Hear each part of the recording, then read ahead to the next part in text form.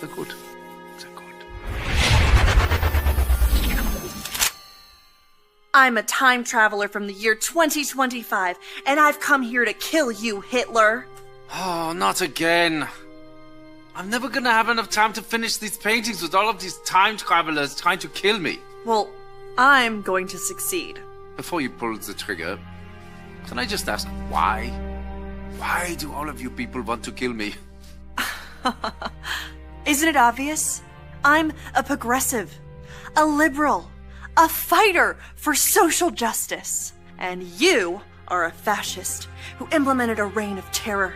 And while the effects of your policies devastated the world for decades, soon we will be able to take back the White House, and we will be able to use the government to force people to follow our great ideas. You want to use government power to force your ideas on the populace.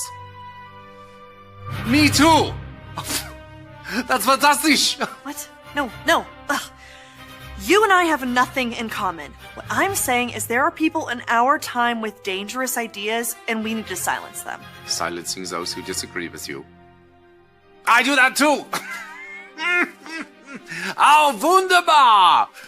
Oh, the Nazi movement will not die with me. Don't give me that! I'm enlightened, and you're as bad as... well, as Hitler.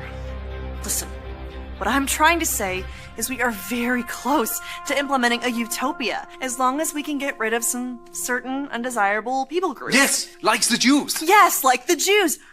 Oh. So, in the future, Oh. you also do not like the Jews? Well, no. But we don't believe in segregating all the races like you do.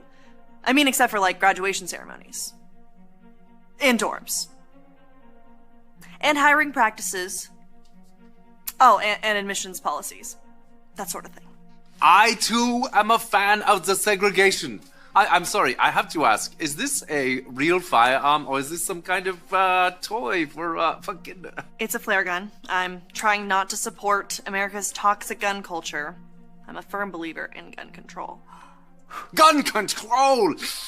This was one of my ideas, too. Ban them from the undesirables. Yes, look here. Oh, and your shirt. This is an organization founded by Margaret Sanger. Yes? Wait, you know about Margaret Sanger? Jawohl, of course. Oh, she's such a lovely person. No. She's a fighter for reproductive rights, for women's empowerment, And the eradication of undesirable populations by means of eugenics. Brilliant lady, very inspiring. I must use some of her ideas in our socialized healthcare system. Socialized healthcare? That's not your thing. That's our thing. No, it's very much my thing. Did you know that Nazi means National Socialist German Workers' Party? Nazi is just more catchy. Nazi. Just rolls off the tongue. No. This can't be true. This has to be some sort of mistake. We are nothing alike. You're Adolf Hitler, evil right-wing fascist dictator, and I'm a feminist restorative justice advocate. And a vegetarian. You're a vegetarian? Me too! Okay, I am so confused right now. I came here with a clear goal in mind to kill the most evil man to have ever lived. Besides Ronald Reagan. But now that I'm meeting you in person, you're not at all what I thought you were. And your painting is actually really good. What do you call it? I call it Ein Reich ohne Juden. Wow. I don't know what that means, but it sounds beautiful. It does, doesn't it?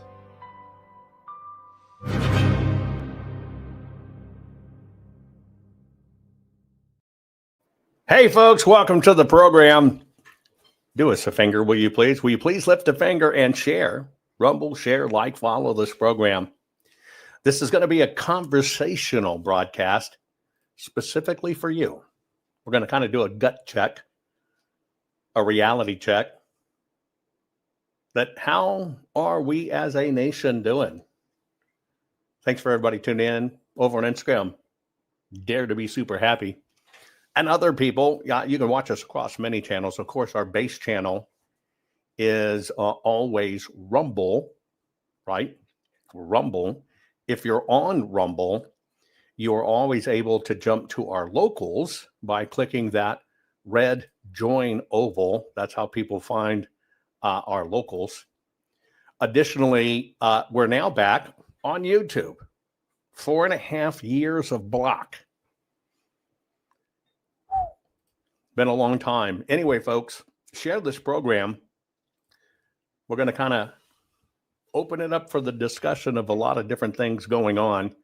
Today's program is brought to you by the fine folks at Goldco.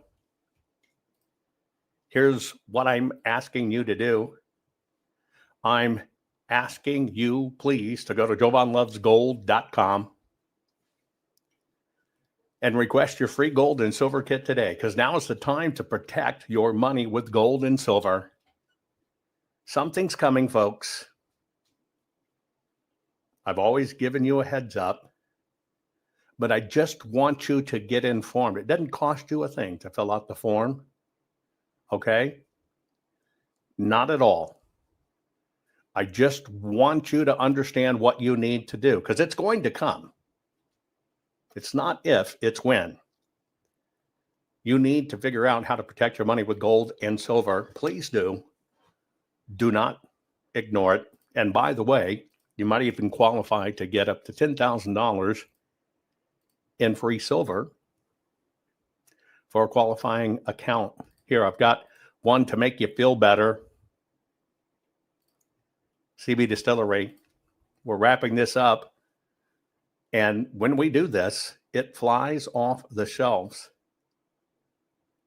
right? You know about those nights when you just don't sleep?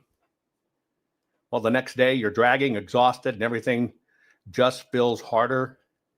That's where CBD from CB Distillery can make a real difference. It's not just sleep. CB Distillery has all kinds of solutions that work with your body, help with stress, pain after exercise, even mood and focus. And that's all made with the highest quality clean ingredients, no fillers, just premium CBD. So imagine waking up rested, folks, and enjoying your day without those nagging aches and pains.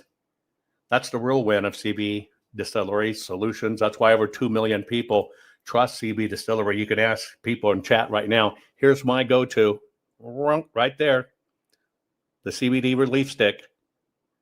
This stuff is the bomb. I'm telling you, it's the bomb. So if you're ready for better sleep, less stress, feeling good in your own skin, well, try CBD from CB Distillery. And right now you can take 25% off your entire purchase. Visit CB Distillery. Use promo code Jovan. That's cbdistillery.com. Promo code Jovan, cbdistillery.com. Before we get started, I've got something for you. I want to show you. It's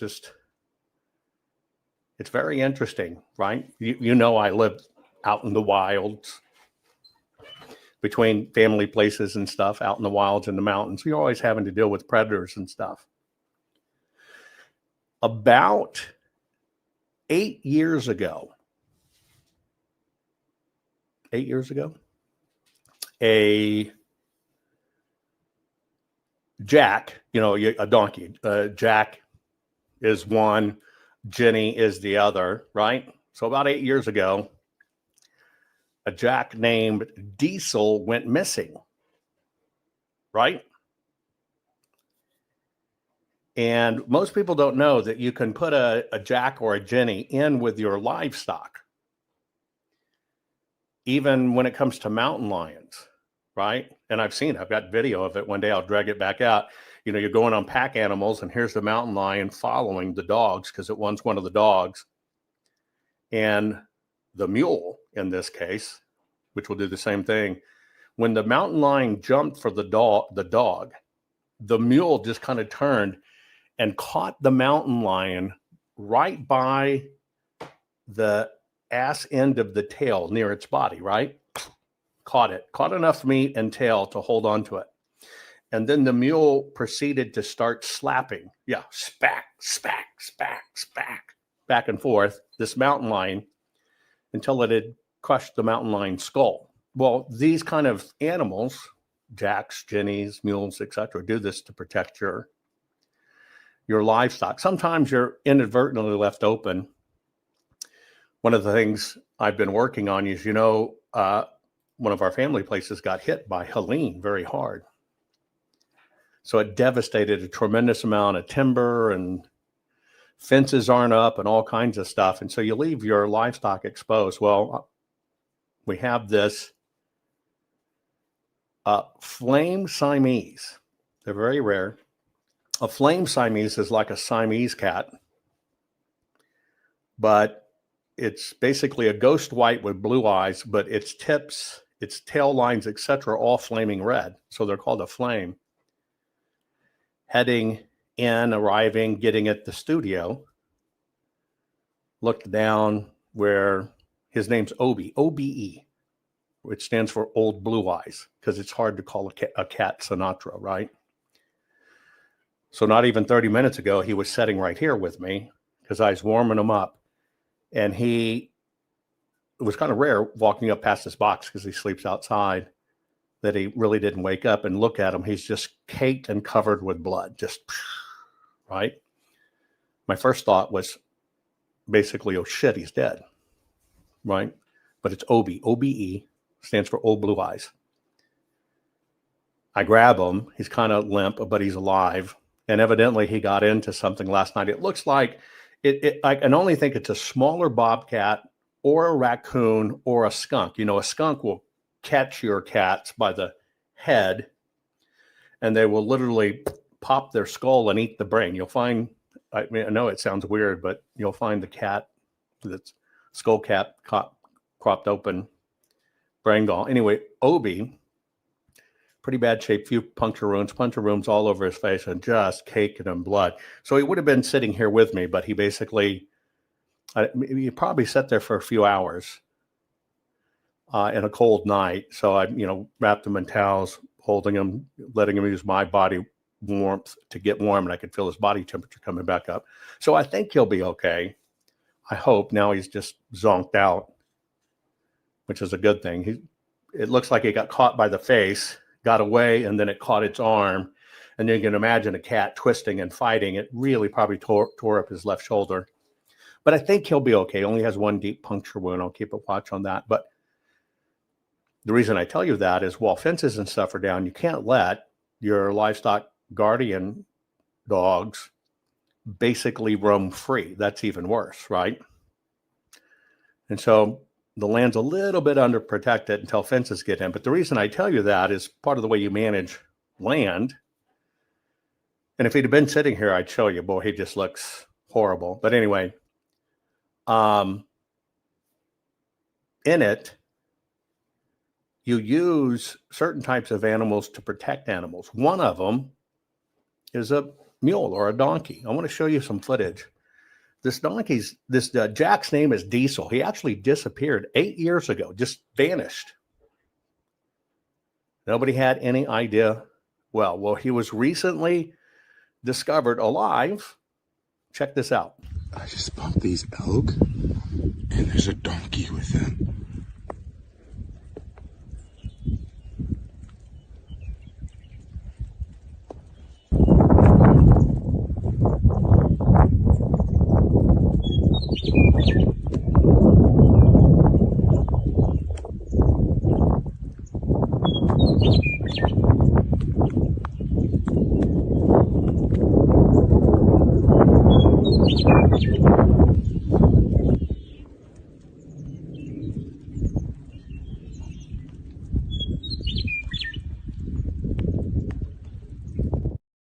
So if you take a look at that, you'll notice that those elk that you're seeing are primarily yearlings. And so here's what's happened. That donkey has integrated with the elk. And what I can tell happened now, seeing where he is and now seeing the herd side he has integrated himself among the elk, and he's nannying the young from the mountain lions and the bears. And so when you think about how many years he's been gone, he's evidently raising the young elk and keeping them safe. And you're right. Did he lose his ass? No, he didn't lose his ass. Now his ass is in line. You're 100% correct. Watch this again. He has assumed a role inside the elk herds. And if you look at the size of the herds, he's raising the younger elk and protecting them. I just bumped these elk, and there's a donkey with them.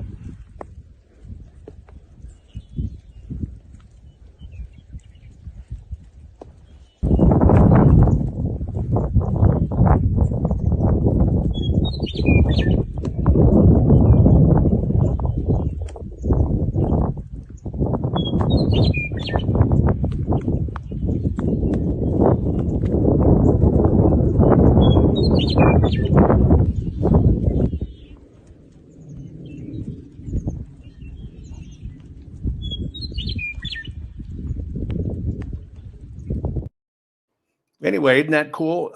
His name is Diesel. He's a jack. There is now no need, you can't run out and retrieve them because the elk always come to the property and stuff. He's going to now identify his home as with the elk, right, and be miserable. So he has actually found his additional purpose doing, isn't that awesome? Doing one of the natural things that God made these animals do. Speaking of animals, let's do a gut check, a reality check on how we're doing, okay? On how you're doing, how we're doing. How do you think our nation is doing? You're going to have a few extra minutes to share this, and then we'll get started.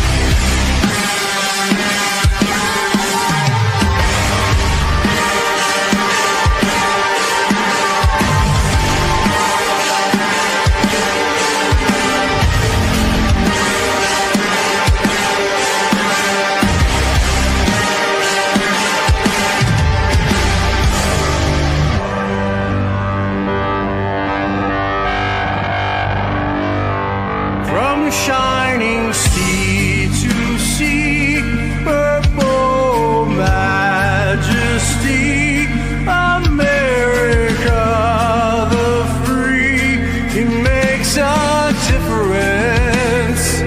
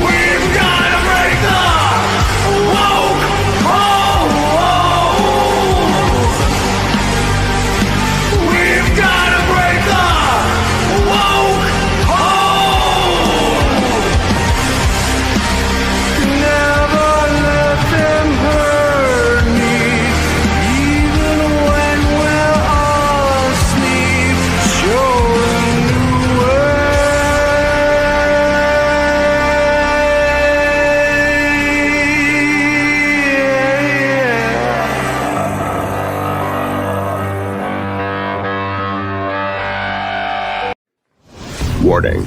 The following program has been rated Gilligaff and is intended for open-minded audiences.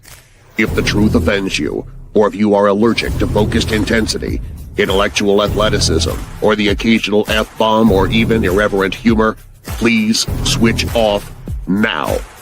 If your delicate sensibilities need to be worried about or addressed, might we recommend the Underwater Basket Weaving channel to you?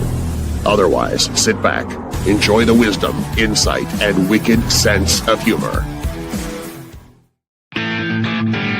Cut the crap. How many times a day do you want to say that to politicians, the elite, the loony liberals, the fake news media, and the gender-confused, emotional socialist snowflake crowd? Cut the crap is your secret weapon for fighting for our freedoms and our great republic. It all begins with a massive mental enema, freeing you from the toxic news and politically correct views, which constipate your consciousness with stinking thinking. Your host, Jovan Hutton Pulitzer. He's known for calling out politicians and telling them to cut the crap. You've seen him on virtually every television network and listened to him on Coast to Coast Radio. And now he's here to help you learn to fight for America. Culture, race, and American politics. They all have one thing in common. They all need to cut the crap. Now, here's your host, Jovan Hutton Pulitzer.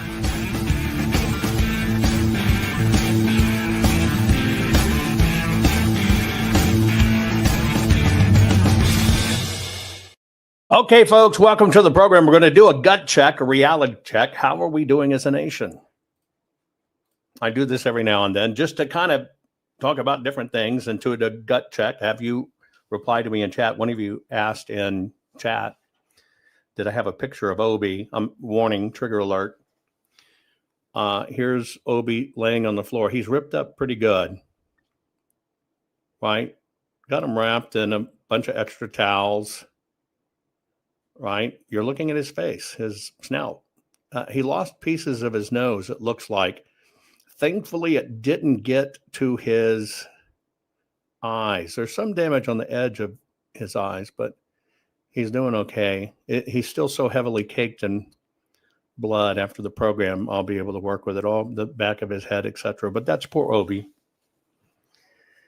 You have to understand, when you live in the wild, you're gonna lose animals you love.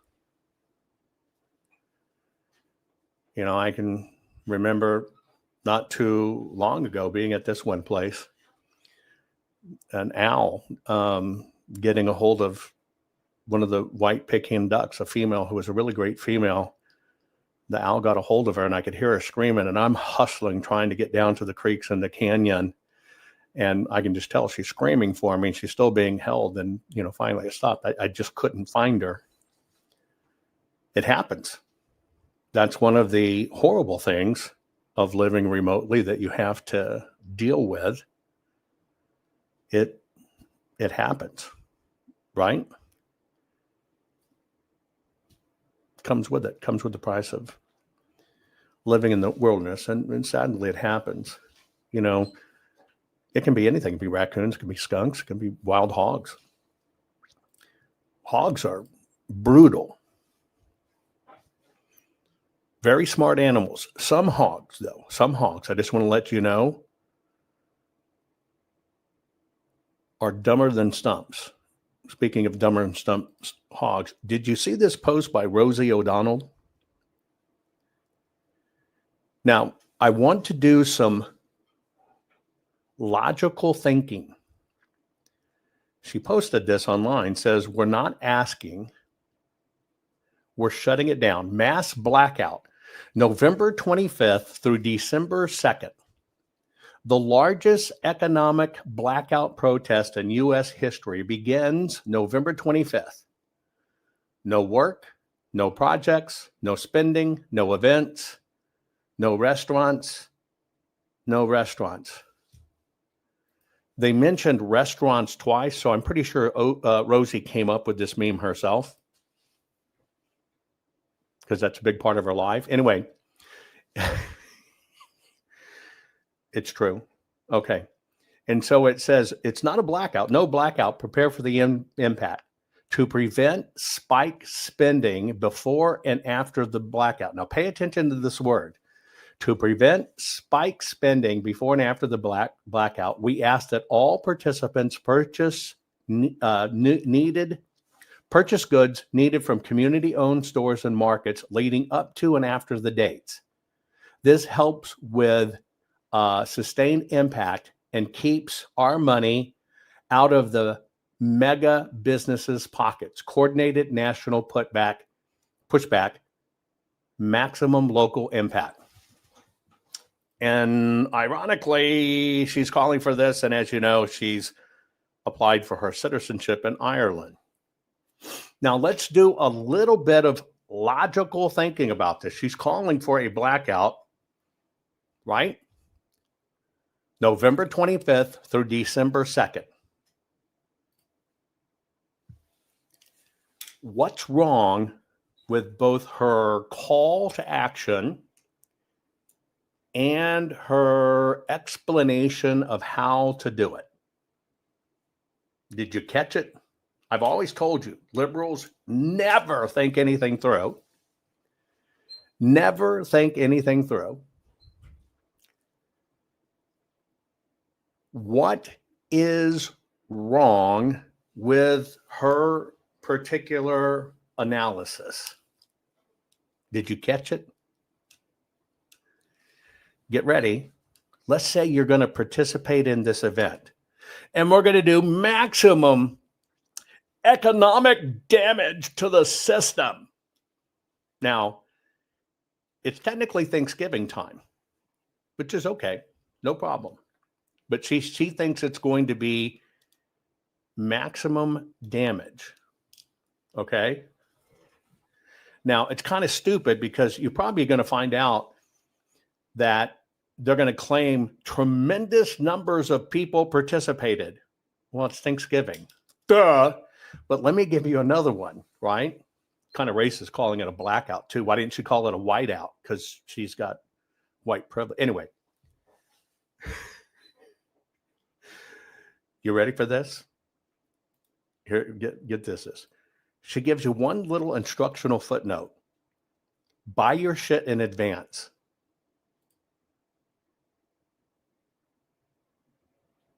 November 25th to December 2nd. And she says, in order to prepare, buy your shit in advance.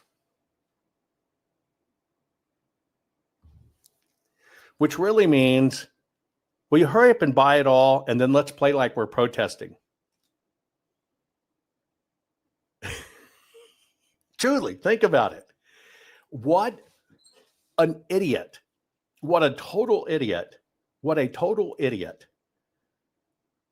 Basically saying, we're going to hurt the system. We're from November 25th to December 2nd. We're not going to go to work. We're not going to spend. We're not going to do projects. We're not going to do events. We're not going to go to a restaurant. We're not going to go to a restaurant. We're not going to go to a restaurant. Not going to go to a restaurant.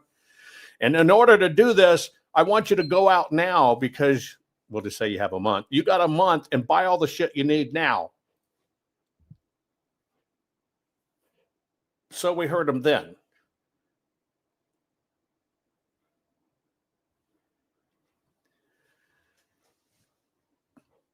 Do you get the failed operational linear thinking logic in that? Go stock up now so we can hurt them later. All you did was move the money, if people actually follow it, a little bit earlier in the timeline, but you idiot, they still spent the money. She gets an E for effort, and she gets an E for eating everything within sight. But that's the logic of Rosie. And we're kind of doing a gut check. I want a gut check. I want a reality check of what's going on. And what these people don't realize, especially what liberals don't realize, is everything that is free, the reality is paid for by someone who works. And it's amazing how many young people don't understand that. They have no concept, because we don't teach economics in classes anymore. They have no concept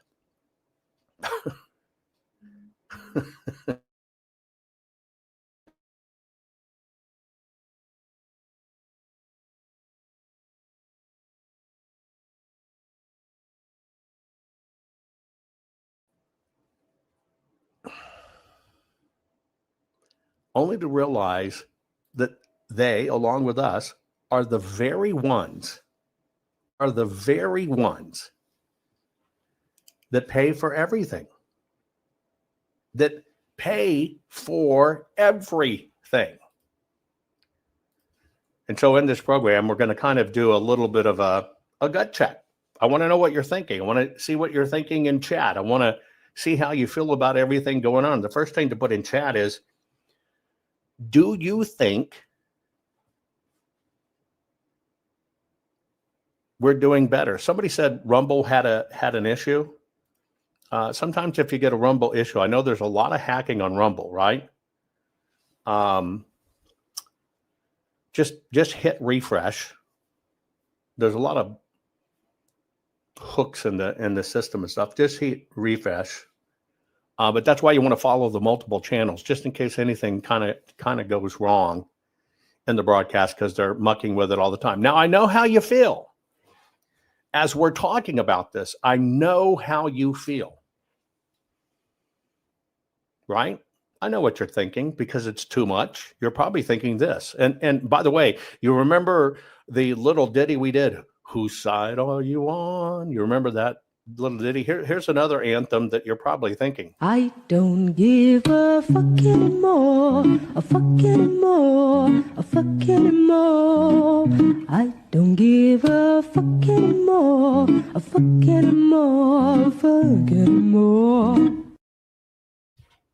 Kind of catchy, isn't it? I don't give a fuck anymore, a fuck anymore, a fuck anymore. I don't give a fuck anymore, a fuck anymore, a fuck anymore. Fuck anymore. It's a very catchy song. It's kind of a dangerous philosophy to live by. Here, I'll play it again. I'm gonna put it on a two-part loop. So hang on. I'm gonna loop it twice. Get ready. Sing along. I don't give a fuck anymore, a fuck anymore, a fuck anymore. I don't give a fuck anymore, a fuck anymore, a fuck anymore. I don't give a fuck anymore, a fuck anymore, a fuck anymore. I don't give a fuck anymore, a fuck anymore, a fuck anymore. Fuck anymore. Kind of sexy too, right? Now, there's both pros and cons to that. By the way, I put those on my Telegram, right? I did it and put it on my Telegram because, and by the way, there's only one Telegram of me. T.me/Hung like a horse. I mean, T.me/Jovan Hutton Pulitzer. No specials, no whatever. And yes, you think that's going to stick in your head? I don't give a fuck anymore, a fuck anymore, a fuck anymore. I don't give a fuck anymore, a fuck anymore, a fuck anymore. So I put that for you on my Telegram. And it can go, and people are going to say, I'm going to be singing that at my desk all day long. That's great. Yep. So there's your new earwig, right? And so maybe that's a theme song for the program, but I'm telling you, there's a subtle difference in this. You got to understand the subtle differences, right? I know people, I have people in my family that just don't give a fuck. Fuck it. That's just their thing. And they're just apathetic and say, fuck it. And look what we got as a country. That happens. I'm not using that in this context. I'm using that in this context as, by the way, take it, right?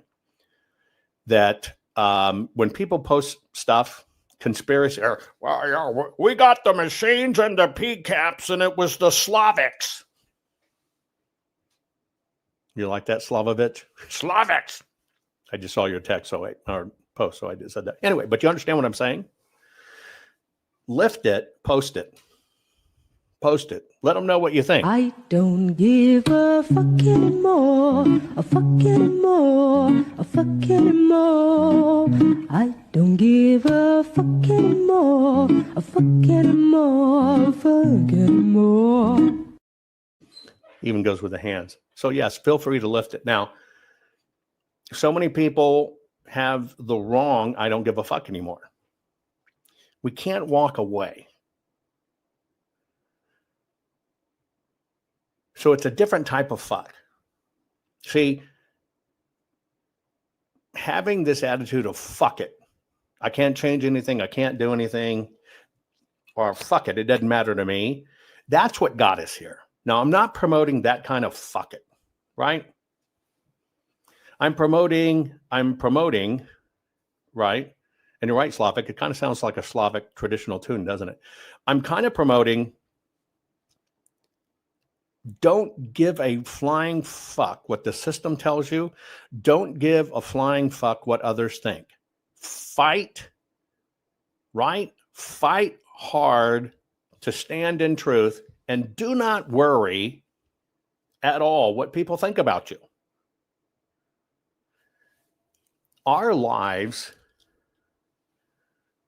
and I'm not saying President Trump will say that. It's different. President Trump does say that in many ways. When he says, I don't give a fuck anymore, he's saying that about the press. Just when you saw him call out CNN about him pardoning the crypto guy, and he basically tells the reporter, who the hell are you? You don't know shit about crypto. Shut up. You know, you have no idea. You're an idiot kind of thing. Now, it's that kind of fuck. Right? And so you got to have the attitude of not giving a fuck anymore, of focus only on what moves the needle, focus on what matters, right? And just fight. Because you know what? Somebody's saying, oh, I can't believe you follow that guy, or I can't believe you used the cuss word. How ignorant and short-sighted is that? Things like, you can see it's the machine, not the machines that did it. It's the paper, and here's how. But it's the machines, and I just like that person. You know, you got to get to the point where you say, I just don't give a fuck anymore about you. And so I've packaged that for you so you can share it, right? You can share it, because we got to get to the point to where we use this in our favor. Now, with that said, it's kind of an attitude thing. Now, number one, it's the attitude that I've always had, and I'm okay with it. And remember, at the top of the program, Dilligaff, do I look like I give a fuck? That's why it says Dilligaff at the moment. Other people don't validate me. Other people don't validate my work. Somebody's going to comment on forensics when they don't even really know what forensics are. You just got to let that go. And the way you let that go is to weaponize that attitude that you just don't fucking matter, right? Why would anybody carry on a debate on election integrity with somebody who just raised millions of dollars in DC on election integrity, but has never really been in the trenches? Doesn't matter, right? It doesn't matter. And so here's a little different ideology, and it probably sums me up pretty well. Don't fuck with a fucked up fucker that doesn't give a single solitary fuck. This motherfucker's so far gone on the fuck off scale. They're practically a goddamn legend in the art of not giving a single flying fuck. Their fucks are so non-existent, you need a fucking microscope. Each step they take is a monument to the majesty of not giving a fuck. They walk into a room and the atmosphere shifts, charged with the sheer, unadulterated power of fuck off. People whisper, that's the one, the motherfucker who ran out of fucks to give. So if you ever find yourself with half this colossal titan of fucklessness, just remember, you're in the presence of royalty, the kind of royalty that sits upon a throne of broken fucks, waving their scepter of shit not given with a grace that make lesser beings weak. But beware, for challenging such a fucker invites a shitstorm of indifference so fierce, it'll make you choke on your own goddamn fucks. And let's be real here, you can't afford that shit.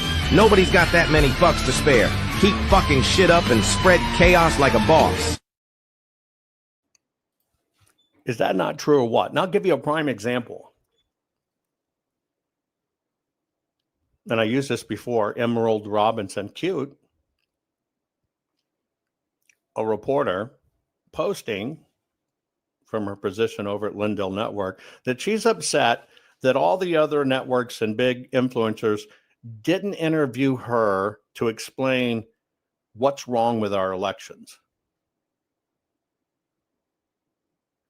Now let's think about that. A person who has only heard from people who don't do it.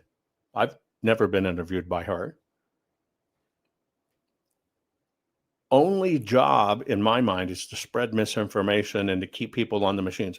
Somebody who really has no expertise complaining about, well, they didn't listen to me and I'm upset about it.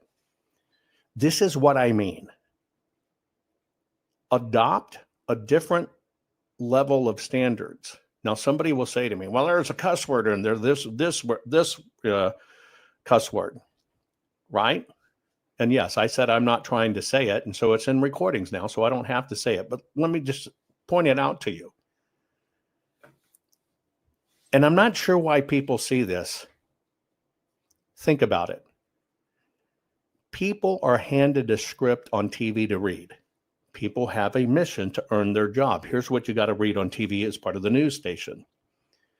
And you actually think, right? You actually think that them talking or telling you something comes from a basis of expertise. I want to let you know, how stupid is that? Now, the opposite of that, just total ignoramus stupidity, is to actually think they can educate you in simple minutes or whatever, that they can educate you. See, we have our experts backed up. And the trap we've fallen into is believing people from an expert level who aren't even experts, and they just feed us stuff, and we don't really look at the sources. We don't really understand the information. So when I do this little ditties about not giving a fuck, having no more fucks to give, what do you expect, quote unquote, we'll just say Emerald, who'll probably attack me for this, right? Even if she said anything bad, does it matter? Does it matter? And that's where we have to get. I want you to know, nobody, including me, if you're going to call this media and say I'm in media, whatever, nobody in media matters. Nobody, including me. I do not matter. Now, let me tell you why nobody in media matters. And this is the big lie. You're the only thing that matters. That's it. That's the whole secret to every bit of this. You are the only person that matters. And let me tell you why. It all comes down to your ability to discern the truth for yourself, not what somebody else tells you. And if somebody's trying to tell you a truth, it better make sense. They better show you why. They better demonstrate why. And they better have absolute proof, right? Ironically, isn't that what she calls her show? But you understand what I'm saying?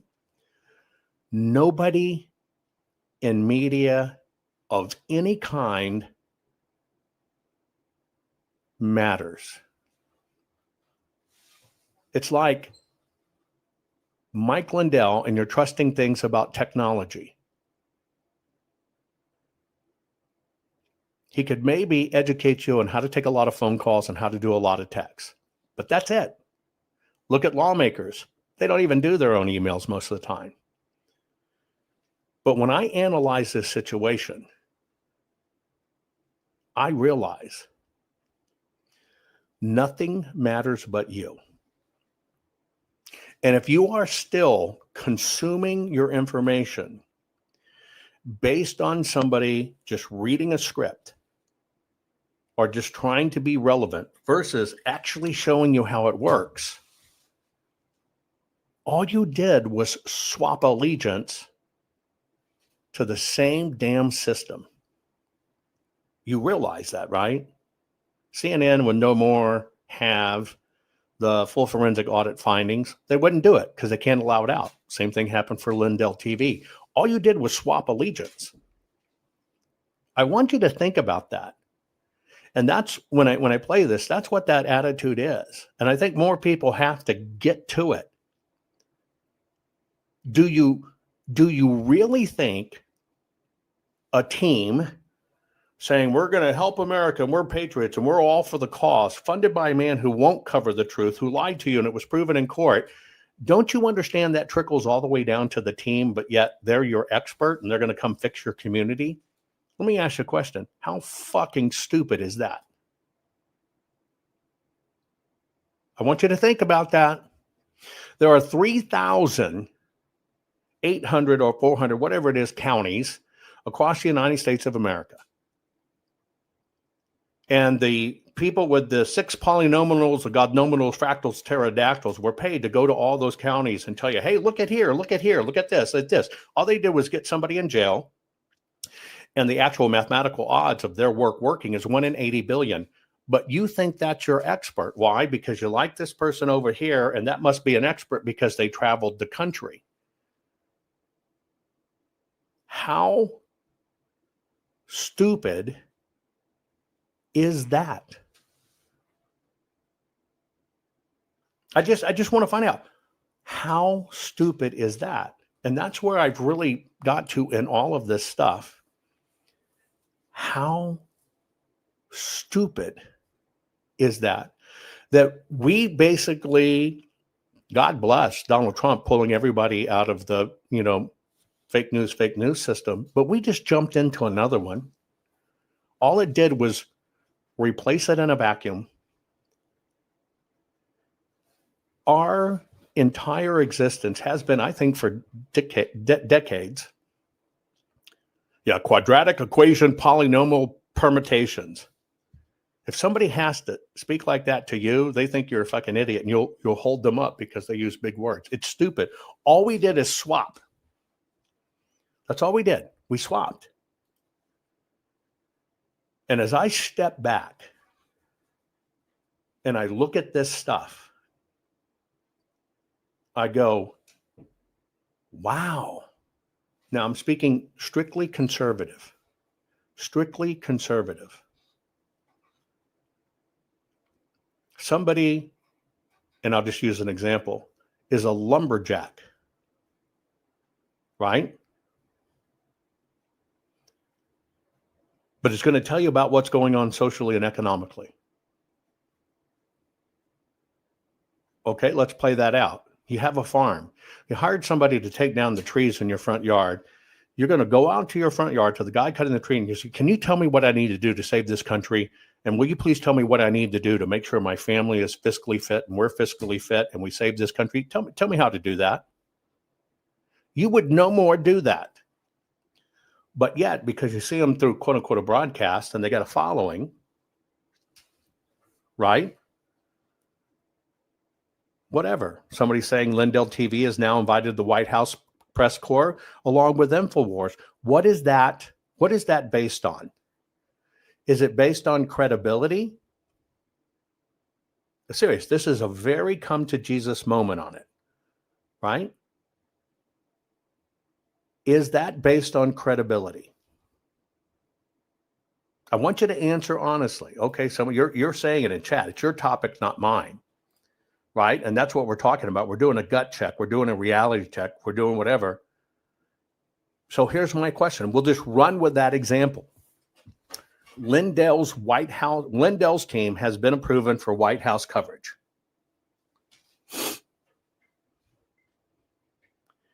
What does that actually mean? And is it based on fact anything? Right? Think about that just for a moment. Well, number one, it's only based on one fact. And what is that fact? CNN and all of them are bad. And from a press standpoint, the White House can trust Lindell TV to report what the White House wants to report.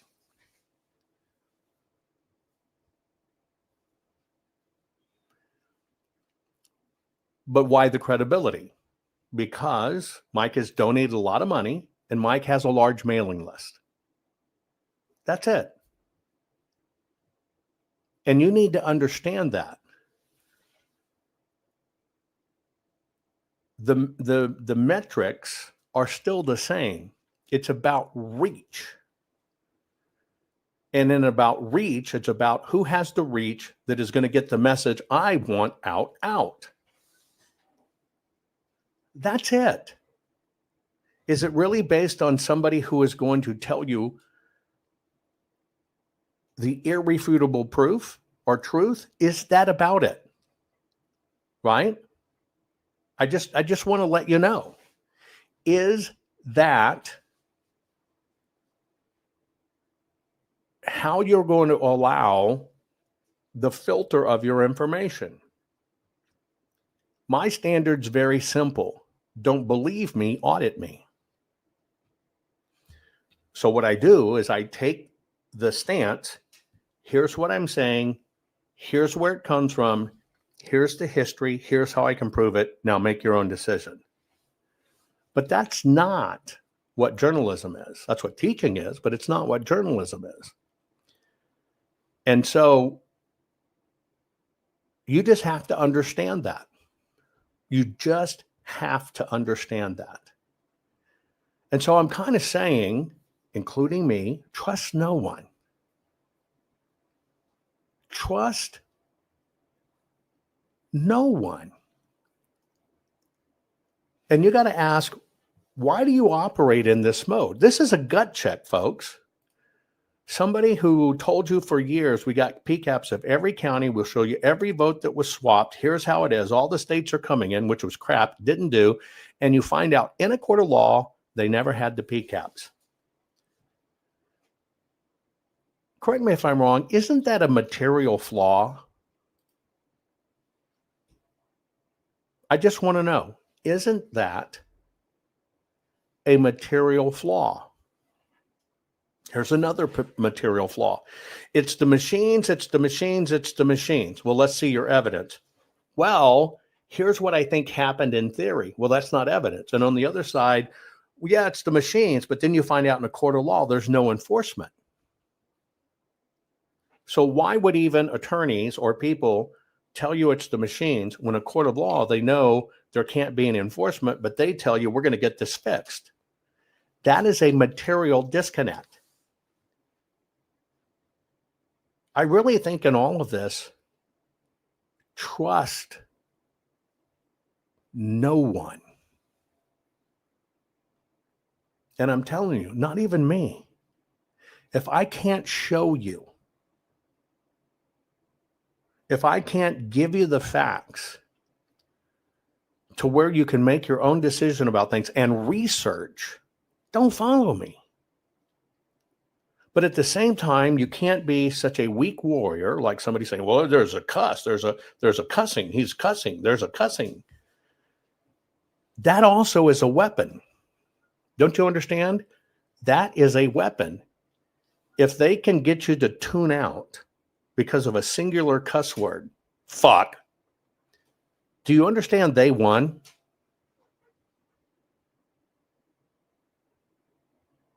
Do you understand they won? Do you know why? Because they tuned you into a cuss word. You think you're being Christianly and godly, but all they did was cleave you from the system. That's it. Which means they won. And you'll basically say, I'm smart. They're not going to calm me. I don't fall for the mainstream calm. But they go, Jovan cussed. Ah! Think about that. So when I step back and look,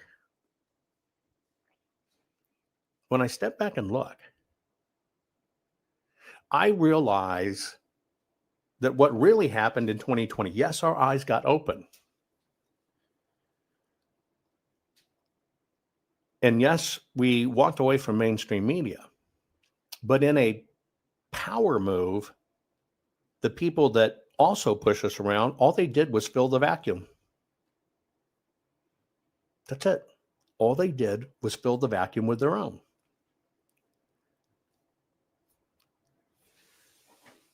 I hope you understand that, because when I play this saying this is where every one of us has to get, then you understand why I can call out the right, the left, the whole bit. I even called out President Trump. Stop with the shit about bank your ballot. You are either laser focused on what is actually truth, right? Or you've been captured by the plan. This is what I mean when I share this. Don't fuck with a fucked up fucker that doesn't give a single solitary fuck. This motherfucker's so far gone on the fuck off scale. They're practically a goddamn legend in the art of not giving a single flying fuck. Their fucks are so non-existent, you need a fucking microscope. Each step they take is a monument to the majesty of not giving a fuck. They walk into a room and the atmosphere shifts, charged with the sheer unadulterated power of fuck off. People whisper, "That's the one, the motherfucker who ran out of fucks to give." So if you ever find yourself with half this colossal titan of fucklessness, just remember, you're in the presence of royalty, the kind of royalty that sits upon a throne of broken fucks, waving their scepter of shit not given with a grace that make lesser beings weak. But beware, for challenging such a fucker invites a shitstorm of indifference so fierce, it'll make you choke on your own goddamn fucks. And let's be real here, you can't afford that shit. Nobody's got that many fucks to spare. Keep fucking shit up and spread chaos like a boss. Now, gut check. Some fucking reality. Does DC or any politics anywhere function or operate on truth? Put it in chat, yes or no. Does DC or politics anywhere, right, operate on truth? And by the way, there was nothing in there offensive to God. Let me tell you why there was nothing in there offensive to God. And I'll tell you why. See, when both Jesus and or God in the Bible was teaching, don't blaspheme, you got told that was, don't use the word God damn it. And that's not what it means. And that's not what was taught. What was taught was, don't say you're holy and Christian and try to put yourself out of there as pious, right? And hold yourself up at that when you do something behind the scenes. It's kind of like wearing your cross on the outside of your shirt and then telling everybody you have the evidence and you get caught in it and you don't. That is what was meant by that, right? That is what was meant by that, right? And that's the whole thing. So many things have suppressed us over time. Both God and Jesus, I'm just letting you know, were holy fucking warriors, not passive pacifist. You do understand that, right? You do understand that.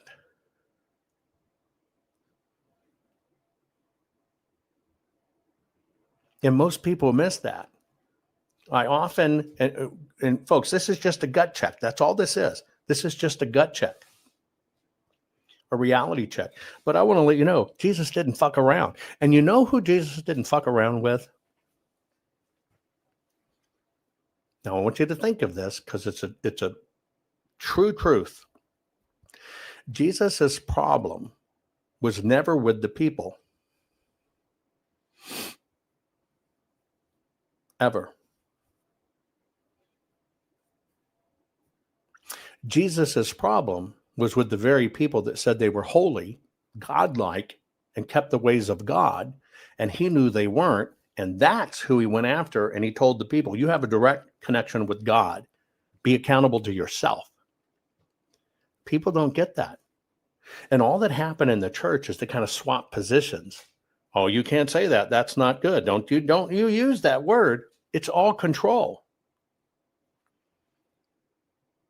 It's all control. The very person that your faith is probably foundation on, if you're an Old Testament follower, I mean, New Testament follower, right? Is based upon, oh, nice, kumbaya, be peaceful, turn the other cheek. No. That's not what changed mankind, and that is not what saved mankind. And that's just the truth. And we have been pulled, even in that, just like in elections, so far away from the truth. The end result is, you ready? We're conquered.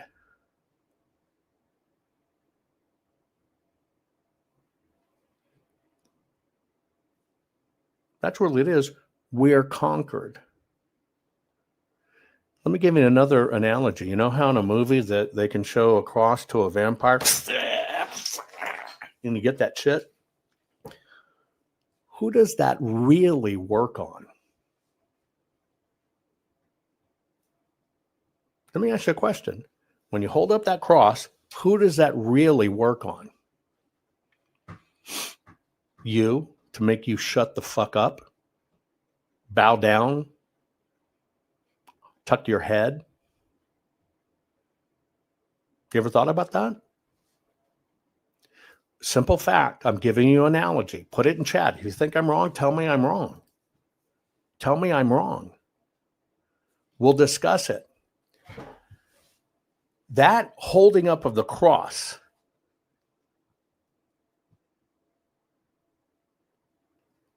is not to ward off evil. You've been taught that over time. And I'm not degrading the cross. I'm just telling you that holding up the cross was primarily used to shut you the fuck up.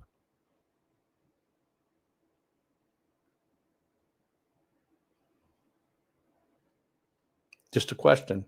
Does God need the cross to make demons bow to him and run for Jesus? No. So that symbol of the cross, right, is to make you comply. And in that compliance, you've learned, I can't cuss, I can't do this, I got to turn the other cheek. Oh, don't be too aggressive. Be nice, be kind to everybody. That's never what it was.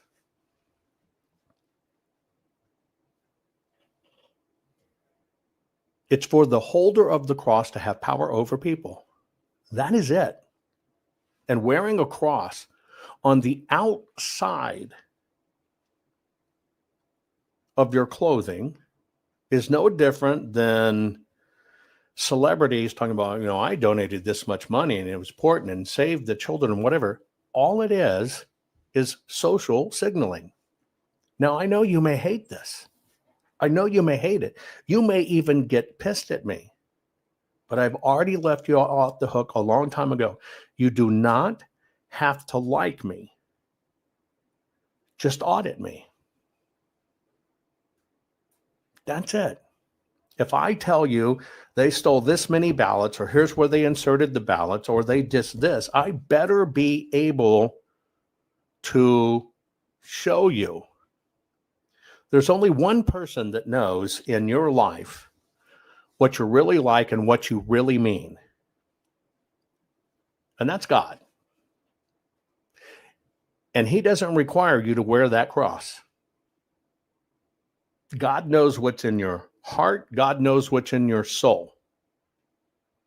God does not need you to wear that cross to prove to him you're for God. He knows it. So who's that for? It can bring you comfort. That's great. It can bring you comfort. That's great. But most people use it for other people. And we never take the time to just understand why do we adopt certain habits? Why do we do certain things? Most of it's because it was how we were taught and what was expected of us, but a damn sure a lot of it's for show. this is what I mean. And I'm going to show you some news stories we can kind of do a gut check on. Look, I understand this firsthand. Some people think I'm being blasphemous. That on my body, right? That on my body, for me, because this is how it is, for me, is when in Judaism, when you even write the name of God, that's the holy name of God, I am, right? Period. It's to remind me, because in Judaism, when you write the name of God on anything, you can't throw away that piece of paper forever. That's how we have most of our history. They're found in Jewish trash heaps, or not even trash heaps, Jewish storerooms that have thousands of years of documents in them. Okay.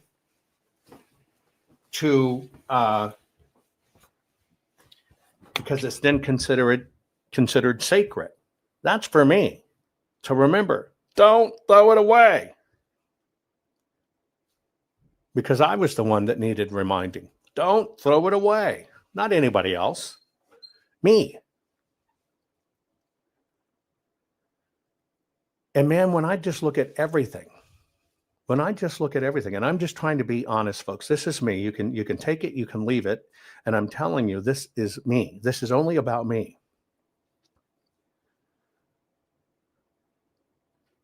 I cannot fathom. How did we end up? And I'll just give you Arizona. How did we end up in the entire state of Arizona?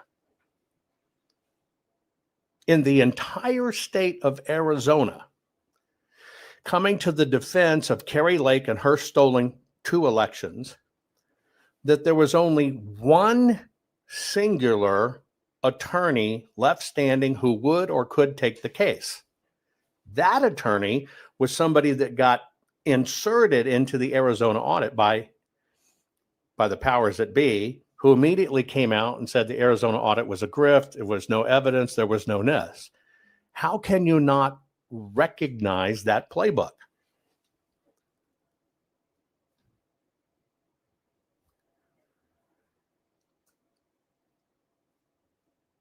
What are the real odds of that?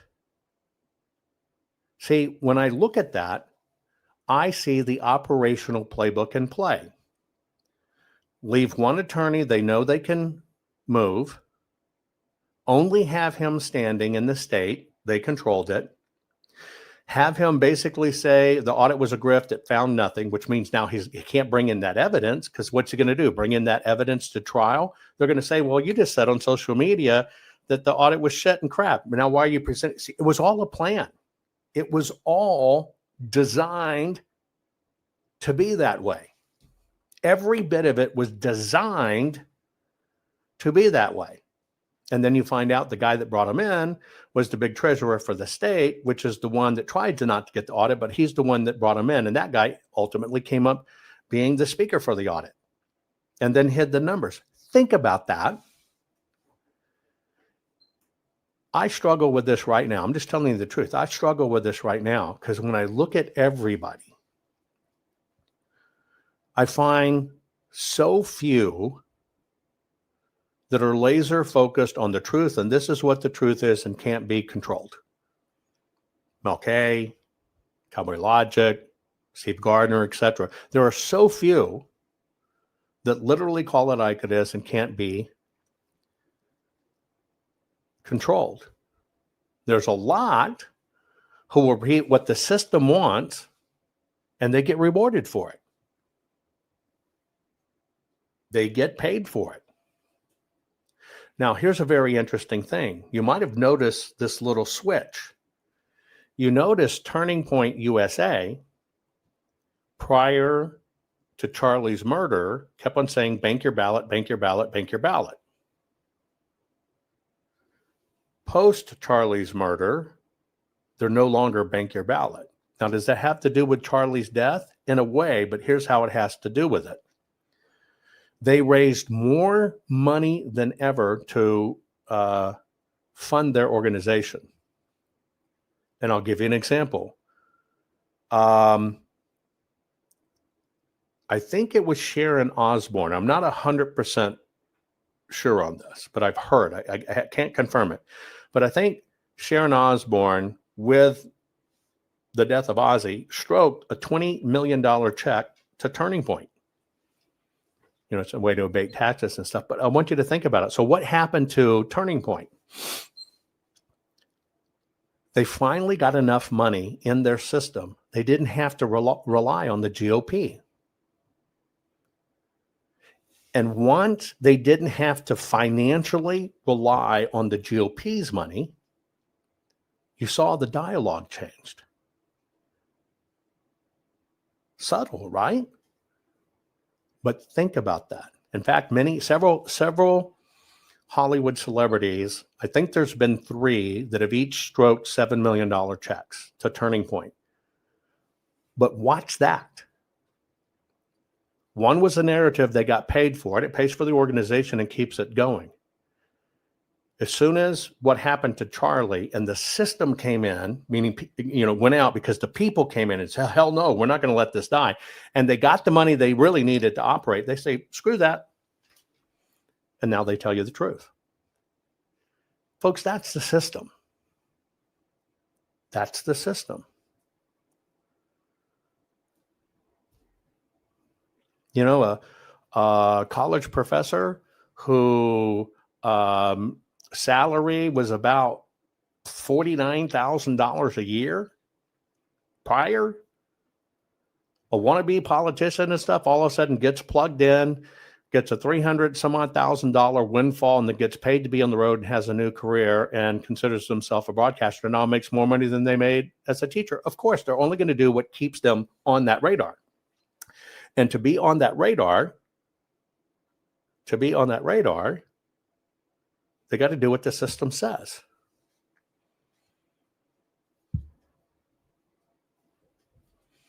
The things you hear me talk about or endorse are things I believe in and do firsthand. And I'll tell you, nothing changed in our world when we opened our eyes to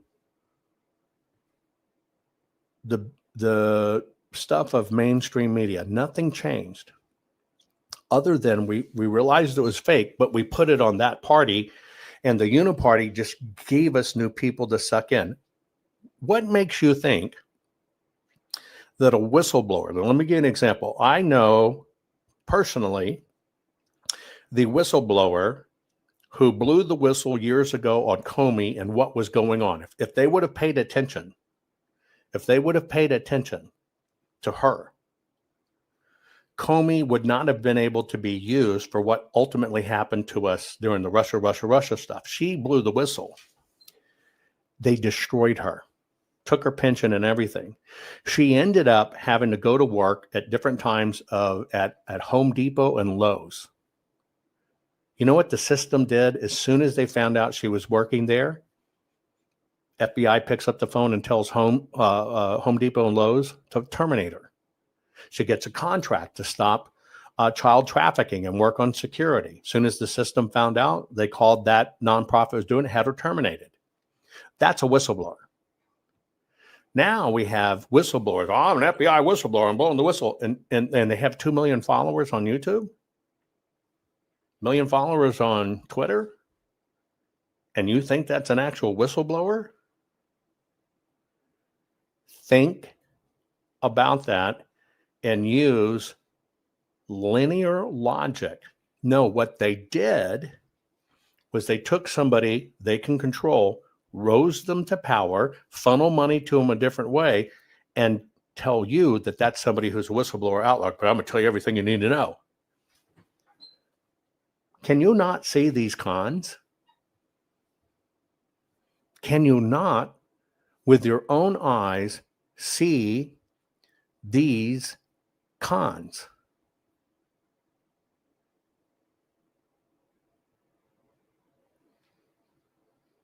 Everybody who promoted it's the machines and I infiltrated an Antifa call, everybody in that circle, hang on one second. Hold on.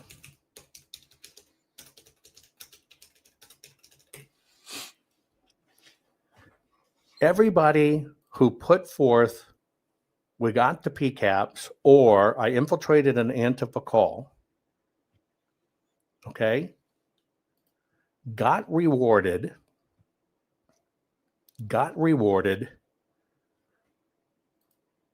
with $196 million in stock by being able to go public.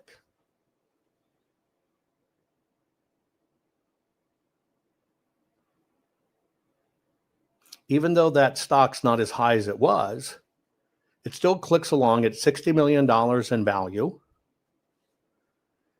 And they have no viewers. None. They have no viewers. It's tiny. It's negligible. It's nothing. But think about this. They claim they're a network. But where do you really see it? Rumble. No, Rumble's the network. But I want you to think about that for a moment. You actually think it's an independent broadcasting network going to bring the truth. And where do you watch their fucking feed? Rumble. No, Rumble's the network. They're no different than any one of us that turn on a camera and send it to a platform. But they got rewarded. Do you think that's a coincidence? Do you think it's a coincidence that the people that said, oh, I infiltrated an Antifa call, got millions of dollars in stock? But no more disclosure about, well, Dominion and them didn't go after them. How does this not make sense to you?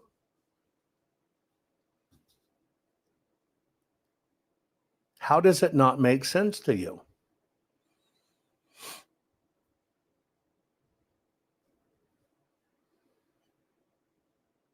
These are the things that I look at, and I can't make any sense of. When somebody comes to you through a channel, Rumble, anybody can do it. You can do it right now. Go set an account, start broadcasting. But they convince you they're a network. Or now get this one. Here's another one I just can't fathom. You know that if you're speaking the truth, the system freaking shuts you down in a heartbeat. Do you know that? Am I right? Just a question. If you're really selling the truth bombs and you're really giving the information, and you're really putting it out there, you know the system shuts you down. Now let me give you another one. Oh, we developed an app where you can speak the truth and you can post the truth, and you can even post evidence of election fraud. Do it in our app. Go download it on Android and iTunes.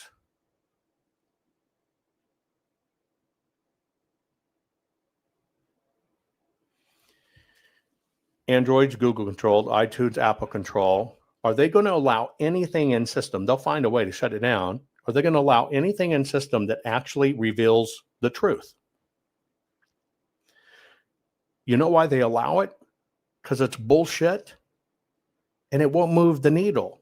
And it'll keep you pacified because you think somebody's doing something. They'll tell you, submit in your app. If you see something going in an election, submit it to your app and do it. When the court rules, that's considered spam and cannot be used in court. Quote, precedent, ruling. You can't tell where it come from. You can't even really tell if it's a real person. The court says that's just spam. It's gibberish, can't be used. It's not an affidavit. It's just like the GOP. Did you sign an affidavit in 2020? No, it's a statement, not an affidavit. They called it an affidavit. They have you make a statement knowing in court it can't be used. And every one of those statements have disappeared. It only becomes a tool of the court if it's actually a certified jurat. But see, they don't tell you that. That's what makes it a legal complaint to the court. No, do it here. Complain. I just want you to think about that subtle manipulation. The GOP came in and said, give us an affidavit. You go to a site, you click, click, click, click, click, click, click. Okay, it was bad. I saw something. You've helped save America, an affidavit, when they know it makes it immediately not allowable in a court of law.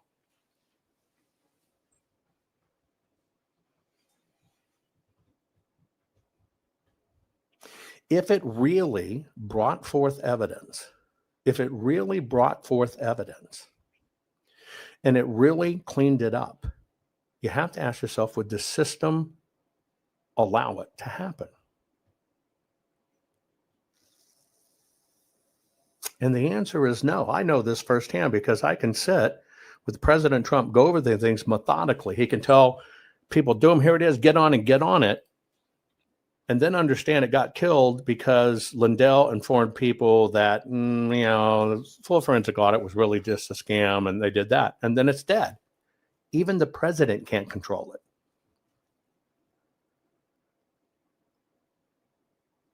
That's all I'm saying. You thought you did something because you reported something on an app. All you did was throw away your testimony, make it not usable in court. Did you actually look online, fill out a testament, a jurat, go down to your bank, who probably do it for free, and get it certified and then send it in? The answer is no.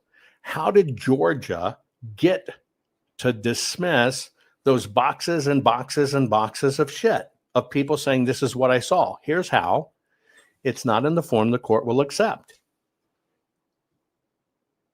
Did the people that got you to submit your statement and call it an affidavit tell you the truth? No, they didn't tell you the truth. Now, what happens is you get more pissed at the system, which is what the system wants you to be, is more pissed. You should be pissed at the people that did it because either they were fucking ignorant and it's your fault for following them, or they did it specifically, like Jenna Ellis. They did it specifically knowing it can't be used, but you think you did something, so you stood down because you did an affidavit. It never was an affidavit, folks. And it doesn't matter how many of those boxes you take up to a courthouse or a state house. They can't use them. They're in the wrong form. This is why I call it a gut check. We haven't done, as a people, a lot of gut checks. We have very few people, very, very few people who are actually telling you, here is what has to happen. And so I don't buy this shit. There's a ex-FBI, recovering FBI addict, whatever, and I got 2 million. No, that's just their new iteration and what the system wants you to believe. And that is how the system works. It is all a con. Now maybe you understand why I want you to be bulletproof and don't care about that stuff. Care about what you know. Don't fuck with a fucked up fucker that doesn't give a single solitary fuck. This motherfucker's so far gone on the fuck off scale. They're practically a goddamn legend in the art of not giving a single flying fuck. Their fucks are so non-existent, you need a fucking microscope. Each step they take is a monument to the majesty of not giving a fuck. They walk into a room and the atmosphere shifts, charged with the sheer, unadulterated power of fuck off. People whisper, that's the one, the motherfucker who ran out of fucks to give. So if you ever find yourself with half this colossal titan of fucklessness, just remember, you're in the presence of royalty, the kind of royalty that sits upon a throne of broken fucks, waving their scepter of shit not given with a grace that make lesser beings weak. But beware, for challenging such a fucker invites a shitstorm of indifference so fierce, it'll make you choke on your own goddamn fucks. And let's be real here, you can't afford that shit. Nobody's got that many fucks to spare. Keep fucking shit up and spread chaos like a boss. Now let me ask you a question. I want to play a hypothetical for you. Think of Braveheart. People are fighting for the cause, for truth. They're all lying in the field. You're on your horse and you come running down the line and you basically say, let's go get these motherfuckers. And somebody in the group goes, oh my God, how can you use a cuss word? Now, let me just ask a very simple question. Is that dumbass focused on the fight at hand? Or did something very trivial hijack their mind, which took them off the end game, and they basically feel offended, and I can't be part of this. They said the word fuck.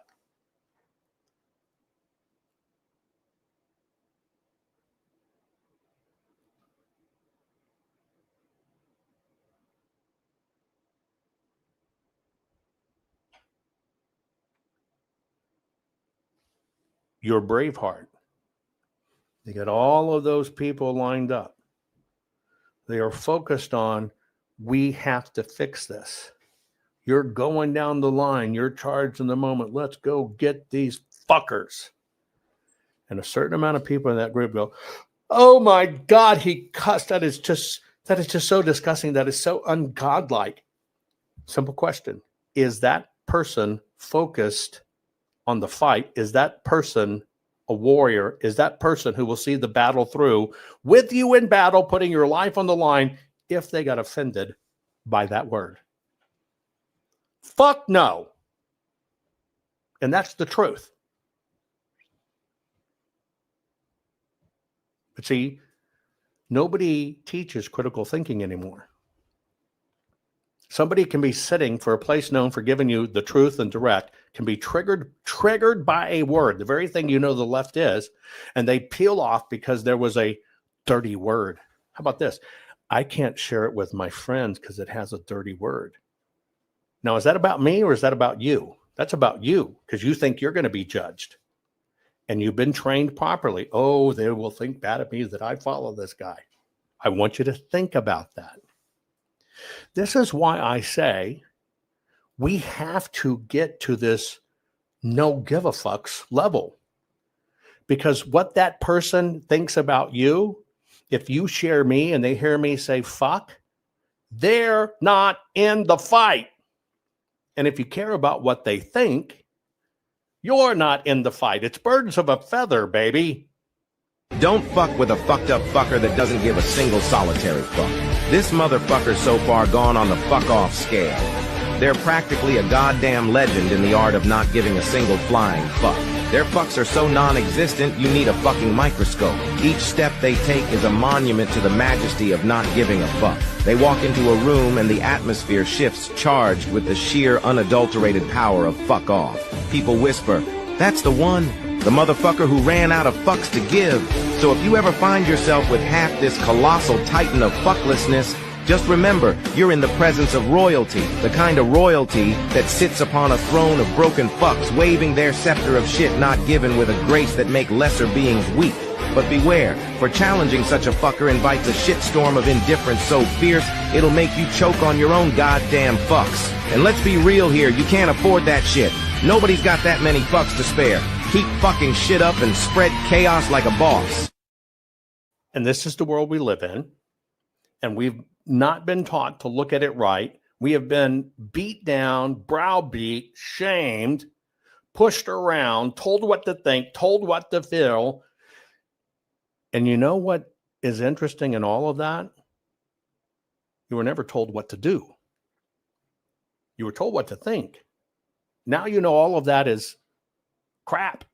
Why do you think I call my show Cut the Crap? It's all crap.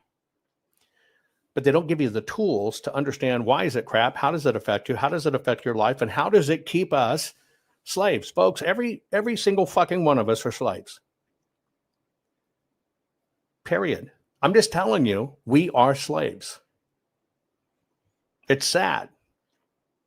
It's sad. But all they figured out was let them think you're working for yourself. Let them think you're creating your own life. And we'll take money from them. We don't need tribute. Fucking we'll get it from them. That's all it is.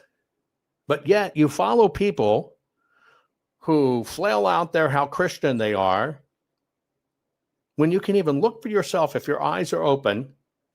The whole thing was a con and a lie, but you forgive it. Why? Because they tell you they're good.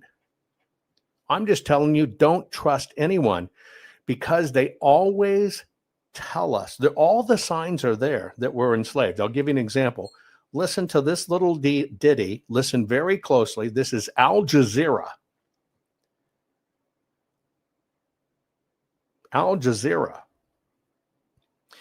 interviewing Ilhan Omar. Listen closely to the words. But you say there's no debate about whether Trump's a racist, and a lot of people would agree with you on that. And in fact, there's been an explosion in the number of anti-Muslim, far-right, white nationalist groups in the US over the past couple of years. Your own state of Minnesota experienced a record number of anti-Muslim incidents in 2016. You yourself, I believe, just a few weeks after your election victory, I think you had a cab driver call you filthy and ISIS and threaten to remove your hijab. How much do you hold Trump and the rise of Trump responsible for this explosion of U.S. Islamophobia? Oh, I would actually come very short of holding them exclusively responsible for the rise. I think when you demonize and dehumanize, it is easy for people to commit acts of violence against those individuals because they no longer see them as a person, as someone who has feelings, who's worthy of respect. And I think that is where we are moving away from the idea that we are supposed to be a welcoming nation. A lot of conservatives in particular would say that the rise in Islamophobia is a result not of hate, but of fear, a legitimate fear, they say, of quote-unquote jihadist terrorism, whether it's Fort Hood or San Bernardino or the recent truck attack in New York. What do you say to them? I would say our country should be more fearful of white men across our country because they are actually causing most of the deaths within this country. And so if fear was the driving force of policies to keep America safe, Americans safe inside of this country, we should be profiling, monitoring, and creating policies to fight the radicalization of white men. But most of the funding and attention, even under Obama, obviously went towards Muslim communities. One of those communities is in Minnesota, your state, the Somali American community in Minnesota, where I think over the past few years more than 20 young Somali Americans have left to go and fight for ISIL or Al-Shabaab or one of these quote-unquote jihadist groups abroad. That's a real threat, obviously. No one's pretending it's not a threat. So what do you do about it? But I mean, I think, like I said, the focus of our policies should be about keeping Americans safe, keeping us domestically safe, and where we actually find a solution is looking at our foreign policy, looking at how we are engaging with the members of these communities, and the kind of rhetoric, right, like that is being spewed out of leaders within our city halls, within our state capitals, and within our nation's capital. Some would say that's true. There's some really bad rhetoric coming from politicians, security leaders, etc. But also a lot of bad rhetoric coming from Muslim community leaders, imams, etc. Right. Is that fair? I think both of those statements could be true, and I think it just goes to show what happens when you have segments within communities that are using fear and hate to mobilize their base. And it is important for us to actually have a conversation about what kind of communities we are trying to build and what this nation actually stands for. In an interview last. Okay. Now here's your pop quiz. First, I want to show you a comment. This is for YouTube. Socrates. Man. I guess you want people to think you're an old, wise, incredible scholar. Let me pump that up. I don't want you to miss this. Let me go to my style. Let me change it. Socrates. I'm going to give you a chance. You can see it right here. I don't know why I can't, at the moment, drop stuff into the YouTube chat. We haven't figured it out. Whatever it is in the console that doesn't make it work. Socrates, screenshot this. Screenshot this. I am always interested in talking to people that are ancient and wise. I mean, what else are we supposed to believe? Socrates telling us they're ancient and wise. I love ancient and wise ones. I do. And I'm not afraid to have discussions. Here's the discussion for Socrates. Okay. On my channel, what is the purpose for this channel? What happened to 24/7 voter fraud coverage is news surrounding how to secure a vote. How is this just not another reaction channel talking about daily nonsense? There's thousands of these channels. What are the Jewish thoughts about the SAVE Act proposed by Chip Roy? Reveal thyself. Join me. You can pop over to Rumble and get the link. It's easy to do. Join me, Socrates. Join me. I'll gladly have that discussion with you. Here's Socrates. What Socrates has learned from all of this. This is what they've learned. What's the point of this channel? What happened to 24/7 voter fraud coverage and news surrounding how to secure the vote? By the way, if I can have them locked for me long, because I don't use the term voter fraud, but okay. How is this not another reaction channel talking about daily nonsense? There's thousands of these channels. What are Jovan's thoughts on Save the Act proposed by Chip Roy? Okay. Come on. I'll discuss it. You had a lot to say. I don't want to cut you off. I want you to be able to say it to the world. Because I'm not a politician. Right? Now, you got to understand, Socrates, when you come on, most people will never face me, will never discuss it. I just want you to understand just a little bit about me. Don't fuck with a fucked up fucker that doesn't give a single solitary fuck. This motherfucker's so far gone on the fuck off scale. They're practically a goddamn legend in the art of not giving a single flying fuck. Their fucks are so non-existent, you need a fucking microscope. Each step they take is a monument to the majesty of not giving a fuck. They walk into a room and the atmosphere shifts, charged with the sheer, unadulterated power of fuck off. People whisper, "That's the one, the motherfucker who ran out of fucks to give." So if you ever find yourself with half this colossal titan of fucklessness, just remember, you're in the presence of royalty, the kind of royalty that sits upon a throne of broken fucks, waving their scepter of shit not given with a grace that make lesser beings weak. But beware, for challenging such a fucker invites a shitstorm of indifference so fierce, it'll make you choke on your own goddamn fucks. And let's be real here, you can't afford that shit. Nobody's got that many fucks to spare. Keep fucking shit up and spread chaos like a boss.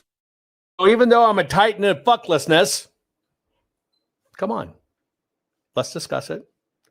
Because what I'll do is I'll give you your voice, and you obviously have something to say.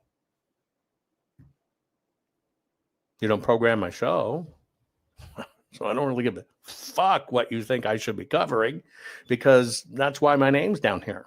But I will allow you to have your voice heard if you're one of these people that are actually real, and you truly, truly, truly want to have a discussion. If you really want to have a discussion of those things, and I told you, to be able to go back in history with one of the very people that is heralded as one of the most wise, measured, incredible people in the world, all I'm going to say is, man, if you come on and you're wearing a fucking cross on the outside of your shirt, we're going to have to go to fisticuffs. It's bad enough you consider yourself Socrates, but come on. I think that would be great. Now, let's go back to Ilhan Omar.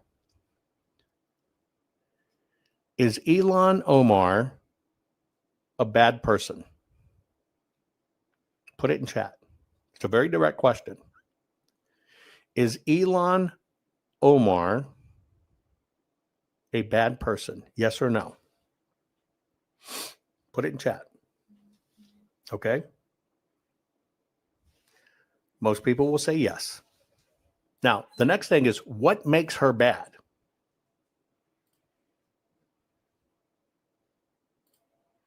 What makes her bad?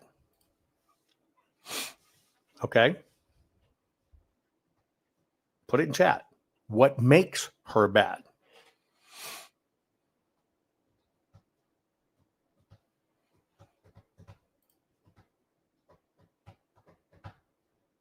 You say she's destroying the country. You say it's her religion. You say it's sin. You say it's not speaking the truth. You say it don't like America, not telling the truth. Here's, for me, what makes her bad. See, I think she's doing her job because she's a figurehead.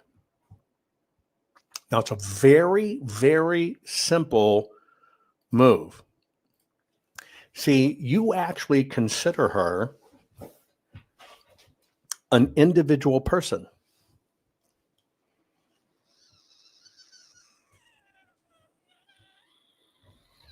You consider her mind captured. You consider all of these. But here's the deal. What she is doing is her job, which she gets paid for. Now, what do? You fucking focus on her. I just want you to think about that for a minute. This is very subtle. But this is the level of awareness we have to do. Even Mengele, you're right, was doing a job. People don't even think that.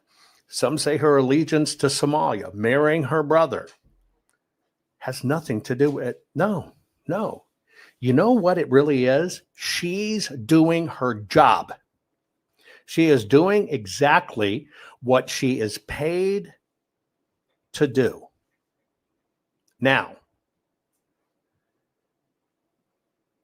when you understand she's doing a job, this is very subtle. And I hope I'm going to find one other piece. This is very subtle, but you have to understand these subtleties. Hang on, I'm looking at one other place. You have to understand these subtleties, and you got to look at them through the right filter. Okay, now hang on. Please hang on with me, because this is when you, if you actually learn this and you see it, everything changes for you if you actually see it. She is somebody owned by the system. Okay. Now you're saying it. Oh, she has a high net worth. She gets paid a lot. Well, she has a dual citizenship. Okay. Or she's an opportunist. No, it's something more sinister. Do you see how all the comments are technically about her? Let me show you what it looks like when people, vast people, spread across all different places, how you can tell they're doing their job. Let me ask you tonight, do you think Donald Trump is a fascist? Yes, I do. This is what kicking the shit out of fascism looks like. Try to prevent the spread of the lawlessness and the fascist chaos that's been unleashed against us. So when we say Donald Trump is a fascist, fascism, a huge component of fascism, is uniting racism, bigotry, a form of racist nationalism. We are now living in a fascist dictatorship. Mm-hmm. We are worried about potential rise of fascism in this country. We're worried about our democracy falling to an authoritarian and potentially fascist form of government. Not only to roll over to Donald Trump's will, but to roll over our democracy and allow him to take over this country as a fascist dictator. When fascism isn't just coming, it's already here. The former chairman of the Joint Chiefs of Staff, Mark Milley, said, "No one has ever been more dangerous to this country than Donald Trump, and he is a fascist to his core."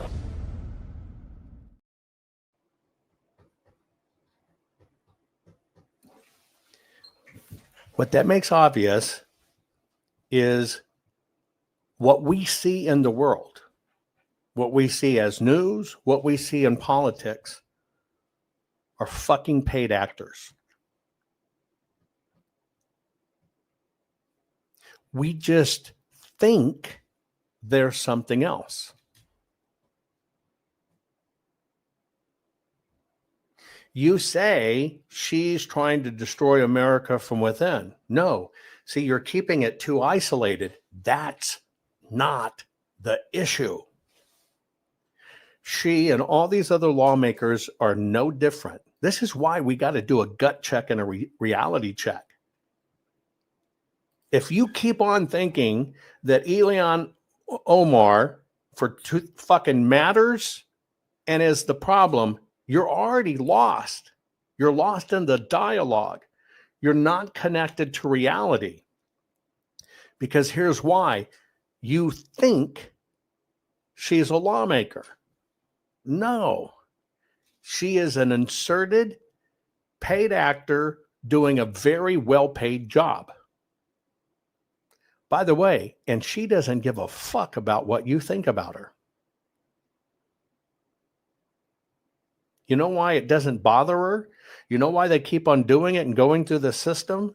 Because they don't give a fuck what you think. See, there's a high value in not giving a fuck. And that's why Soros or all these other people, they don't care because they don't give a fuck. Now, here's the deal. You're led to give a fuck about them. And so what happens is their con works because you're focused on them. So they laugh all the way to the fucking bank.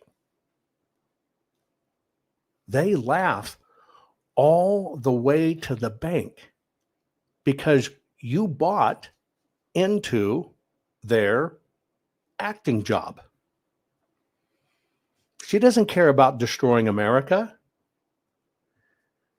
I don't agree with that. She doesn't care about destroying America. She cares that she came in as a fucking immigrant, if you want to call it that, and she's now worth $60 million. That's what she cares about. She's paid well. She can do any fucking thing she wants. She figures the money insulates her. But see, even when you think she wants to destroy America, I realize we're wrong because we're not seeing it for what it really is. She doesn't want to destroy America. Something bigger wants to destroy America. Now, let me ask a question. You know, none of her immigration shit is real or true, and all this other shit is real or true. Do you think that Republican opposition would have picked that up when she first started running? You better believe it. Yeah, she's helping destruction, but that's not the point. See, what I'm saying is they will let us hate on individuals all fucking day long because that's all your mind can compartmentalize. That's all your mind can compartmentalize. Most people can't really open it up and see the big ass picture. It's got to be right here in front of them. So they'll give you somebody to hate. They'll give you that focus to hate on, and they fucking pay them well.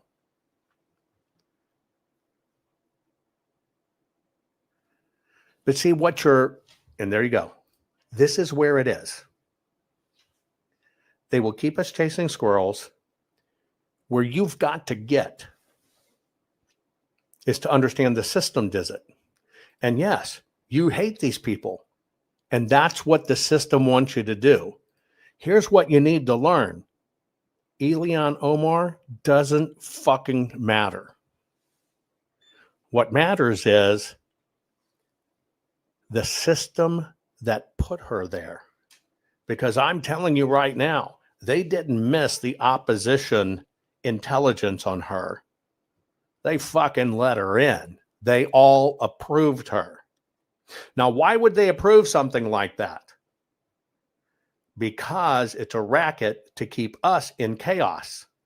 And they're willing to do that, to create that little chaos in your area so you'll focus on the one person and you never see the big picture. Ilhan Omar doesn't matter a fuck. Because even if you got rid of her tomorrow, you know what didn't change? The system. And so I am now convinced. It's just like playing a villain in a movie. These people are playing a part. And they get paid so well for it, they're fucking willing to play that part to the hilt. And you know why they don't care? Because their check cashing is fucking big.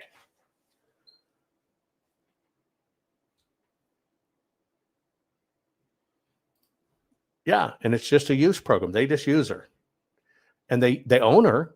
She can't turn back on the system. She can't say, well, they paid me to do it, because she'd be dead. She's captured. But she's a fucking puppet. So is Schiff, McConnell, all of those guys. All of those guys. Everything we're seeing is an orchestrated play to make you think people are battling out to do what's right. While you wonder the whole fucking time, why aren't you doing what's right there in front of your eyes? Because it's a battle for your mind.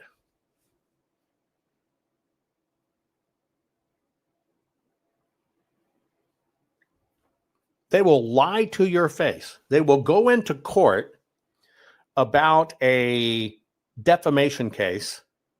They will lose. They will be ordered to pay a fine. They will come out on the airway. We got rid of the machines. We beat them. We got rid of the machines. Think about that one. Did you think about that one? That happened right in front of your fucking face. Go to court for telling lies, which I told you were lies from the beginning. I told you it's the machines was a lie. I told you the PCAPs were alive. I told you all going overseas was a lie. Go into the court in a sophisticated, set up, orchestrated play con job to make you think they were fighting bad companies. Get found liable. Be ordered to pay a fine. And then come out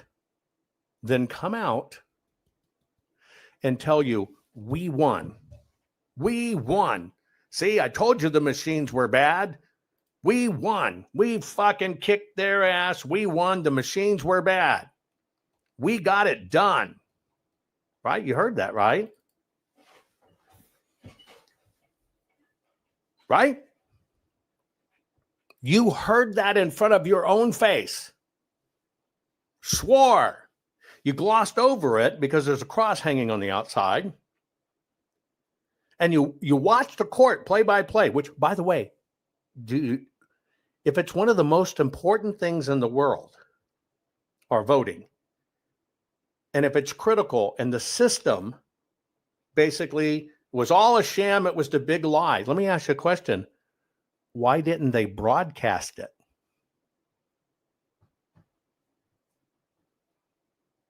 Just a question. It's supposed to be the monumental showdown of the century. Why didn't they broadcast it? It's all orchestrated. That's my personal opinion. It's all fucking orchestrated. Now, okay, the person went in. They didn't win against the machines, but they got fined. They got fined to pay a fine. Who paid that fine? You did. Don't you think? Let me ask you a question. It's just a really stupid question. Somebody told you, I used all my money to fight this. Say, all my money, I'm broke. I can't afford anything. How'd the fine get played? You paid it.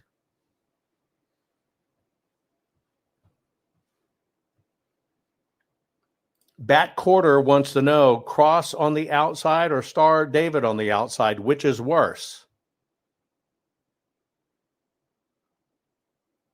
Which is worse? One's a religion, one's a people. Do you not understand the difference? One is a religion, one is a people. One is a religion, one is a heritage. Being a Christian is not your heritage. I mean, that's a pretty simple one, but okay. Words matter. Facts matter. I have literally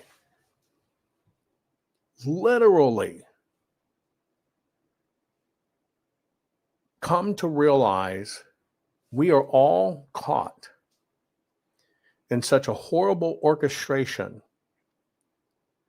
that until we can make everything fall away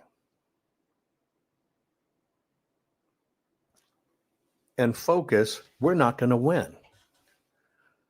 So it's really kind of a radical concept. Stop hating on Epstein. Won't get you anywhere. Stop hating on Schiff. Won't get you anywhere. Stop hating on McConnell. Won't get you anywhere. Stop hating on Hillary or Obama. Won't get you anywhere. You know why? They're fucking paid actors to do a job. The one thing you should hate, the one thing you should hate, okay, is the system that enables this play to play out. See, if you stop any one of the players, nothing changes. If you recognize what the system does through the use of players, then you focus on the system. I've come to realize all of this individual hate is a distraction by the system. By the way, Bat Quarter, come on. We'll discuss it. Make sure your camera's on, your audio's on. Come on. What I've realized as I've watched through election integrity, I can be sitting in the president's office, be all done. He's hyped. Let's get it done. And the person that's assigned to it says, "Can you reduce this to a paragraph so I can understand it?"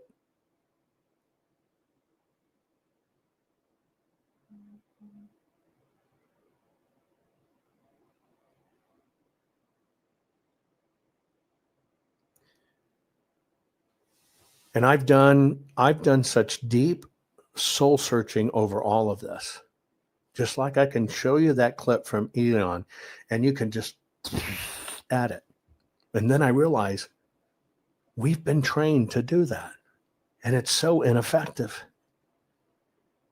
But see, we think we're doing something. We think because we call them out, we're fighting. I want you to think about that. Ready? Ilhan Omar's an example. You can fight Ilhan Omar, okay? Ilhan Omar. The system knows what they've now done is they've captured you in a silo, and that silo is Ilhan Omar. Because they know they pay her a lot because she's fucking expendable moment in time. So even if you did anything to get rid of her, boom, the system doesn't change. Because what they can't have you do is realize it's the system. And I'm telling you, it's such a subtle move, and it's a brilliant fucking plan. A fucking brilliant plan. If they could make you identify with these people and focus on the person, you miss that it actually took the system to do it. It's fucking whack-a-mole. You're right. You miss the problem is not the people. The problem is the system. And the system are all play actors. See, they don't want you to focus on the system, which is why to Socrates, you see how interested Socrates was in this, couldn't challenge it, won't debate it, because it's all propaganda. I sit back and look, man, I was so fucking captured early on in this. I was just a citizen stating my observation through technology, right? Of how blatant it was to me seeing it. I came out. It fucking shocked the world and the system glommed onto me to make me kind of part of them. They did it so I would think certain aspects were a team, never was a team. It was about keeping me under control.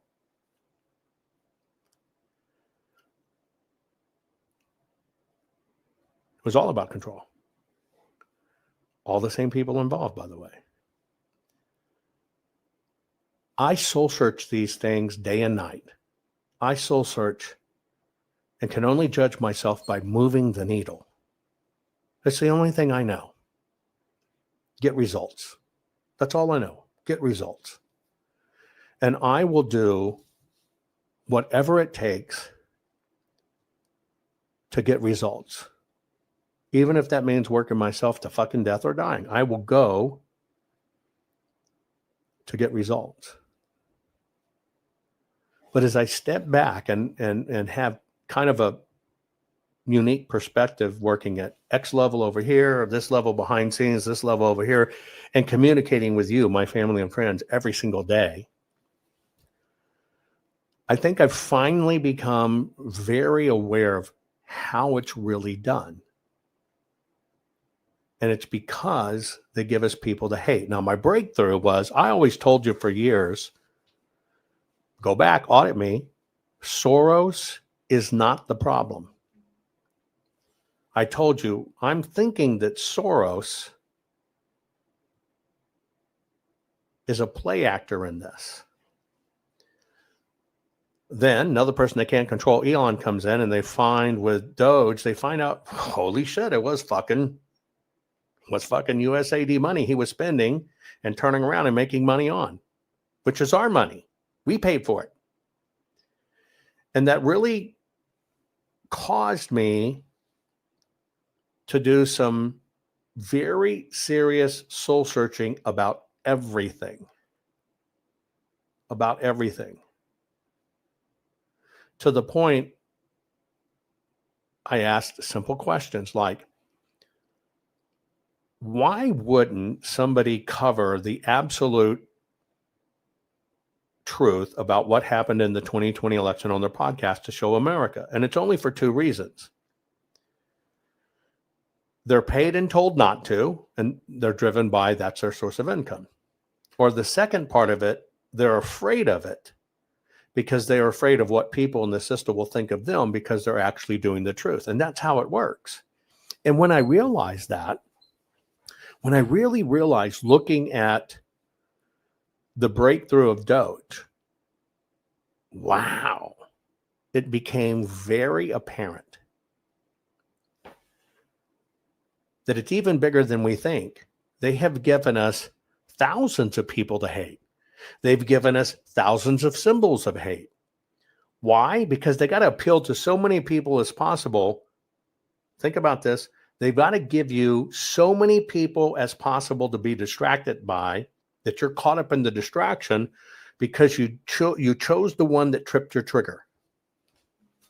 And even as horrible as child trafficking is, which affected my fucking family, I understand that's another little nibble they hold out here that keeps us from looking at, fuck, the system does it. And it was kind of like a breakthrough. Now I'm going to give you another, but I got to ask you a question real quick. All of these Antifa, right? If you truly had to describe as a person, not as a theme, not as a character, but all of these woke kids, right? Their piercings, their colors, their all this other stuff, right? I want you to just think about this for a minute. Not that they're bad and they hate America. That's not what I'm talking about. If you had to describe, quote unquote, an Antifa person, somebody who is actually Antifa, and you were describing their character, their qualities, slackers or whatever, lazy, ignorant, whatever. If you had to describe their qualities, I want you to put it in chat. Give me as many adjectives as you can think of if you were describing a true Antifa person. Trans, wankers, disorganized, fucking idiots, lame, losers, whatever it is, lost soul. Okay? Put it in chat for me real quick. If you had to describe a true Antifa person, what are they? Bored believers, somebody says unemployed, on drugs, lost souls, trans, put it in there, right? SOBs. I'm not talking about what they do. I'm talking about what they are. They're liberal lefties, but I'm talking not jihad followers. You're going too far. I want to know their characters, just like if you were describing somebody for a job. If you had to recommend an Antifa person for a job, how would you describe them? Maybe that's a better way to do it. right? Them, not what happens to them, not what's being done to them. You finally getting it. Easily influenced, smells like piss, they're disorganized. Describe them. Give me the characteristics of them, right? Okay, they're tools, they're angry, they're just followers. Not what they do. Them, low IQs, sheep. You get what I'm saying? Okay, now you got it. They don't have critical thought processes. So we got people who are inherently lazy, mama's boys, wussies and pussies, snowflakes, sheep, led by the nose, right? Useless fucking idiots. Okay? So now you have basically the essence of the individual who happens to be an Antifa member. That's what I was getting at. The essence of the individual who happens to be an Antifa member. Okay? So you're quickly realizing these are people that can't hold a job, right? These are people that are inherently lost, needy, spoiled. You get it? You follow what I'm saying when I say describe the person as if you were recommending them for a job and telling the truth? Okay. Now with that, I want to show you some video infiltrating Antifa from the inside and taking a look at their ground game. So this is infiltrating Antifa. A lot of them say smoke meth. The truth ain't smell like piss because they can't even clean themselves. You know, they're just fucking lazy, right? Misguided. Now you understand where I'm coming from. I want to show you behind the scenes somebody going into an Antifa camp. Use the description of the person, not the movement, not the thing. It's a person who just happens to be an Antifa. You've now described the person. Tell me what the disconnect is as you watch this. Cool. So we're actually allowed to use the sidewalk for once time. Look at this. Holy crap, look at this. Hey, you hungry?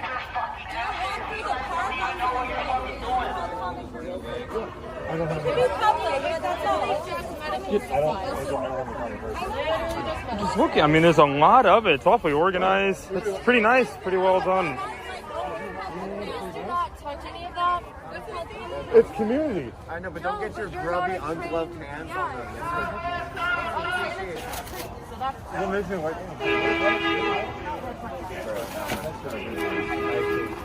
Good job.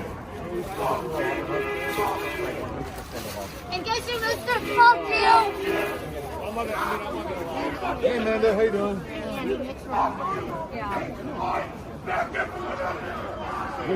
No, actually, I needed it to be zoomed out a little bit more. I needed a better light. Why would I need to do that? I won't shine the light in your face. What do you mean so much? Dude, trashy. Come on, man. Why are you acting so trashy? Why are you recording people without asking their permission? You do know that's fucking weird, right? Like, not you don't think any of this is weird. You don't think this is weird. You don't think this is weird. You don't think this is weird.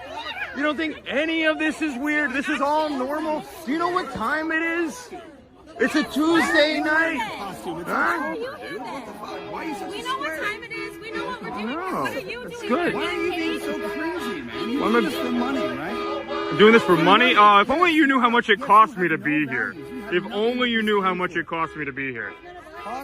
It cost me tens of thousands of dollars. Tens of thousands of dollars. And I will be here for quite a long time, don't you worry. No, I said an ass wipe. Why don't you ask people's permission before you record them? It's trashy. Because you don't have to. But it's still trashy. You can use your person website.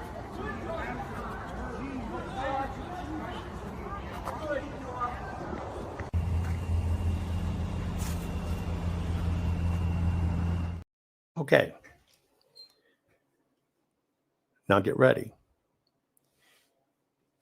He said they're lost souls, they're lazy, they're dirty, they're apathetic, right? They're disorganized. Now, how does that video disconnect with how you would describe each of the individuals. See if you can put it in chat. How would that video, because you're looking at medical supplies, all organized, all bought in bulk, all being laid out, all being there, even down to giving the furry outfits, which are about $50 a piece. They're hanging there for people that take one. Okay. Now, how does that jive with people that are apathetic, lazy, dirty, can't hold a job, right? I think this is what people miss,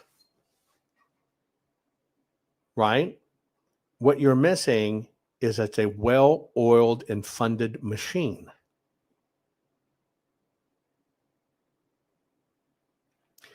And by the way, that is the point.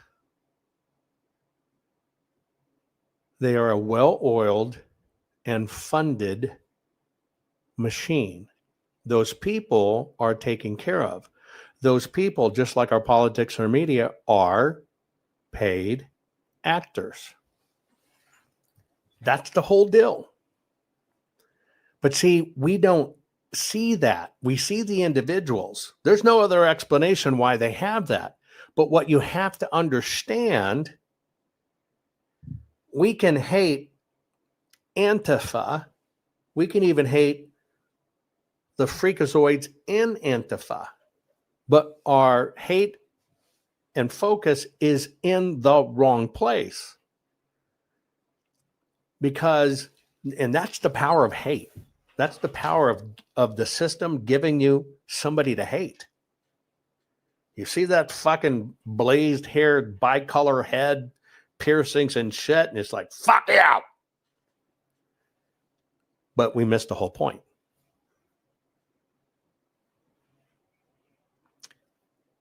We missed the whole point. Those people too are being used. Those people too are being misled. Those people too are being controlled by the system. Those people too are slaves to the belief systems they've been fed. What that means is we're in the same boat as them. We just happen to be on different boats, but we're all in the same fucking ocean or the same fucking sea. The system has captured us all. Doesn't mean that only conservatives are captured. No. Liberal woke minds are in fact captured as well. And just like they push us around as pawns, they're pushed around as pawns. Probably hates too much of a word. I'm just telling you, we are all captured in one very big orchestrated play. That the way they keep us captured is by giving us things to hate. Because if we can hate on the things, we don't hate on the enabler that really makes it happen. You're right, Zod. Zod's in Australia. Shit, they go through it all the time. Same shit, different buckets. I have come to realize that whether it be Black Lives Matter or Antifa or us and Patriots, we're all fucking conned. We're all controlled. We're all moved around on a playboard, and you will swear you don't operate on the feelings level. You will swear I'm not wagged like the fucking left by my feelings.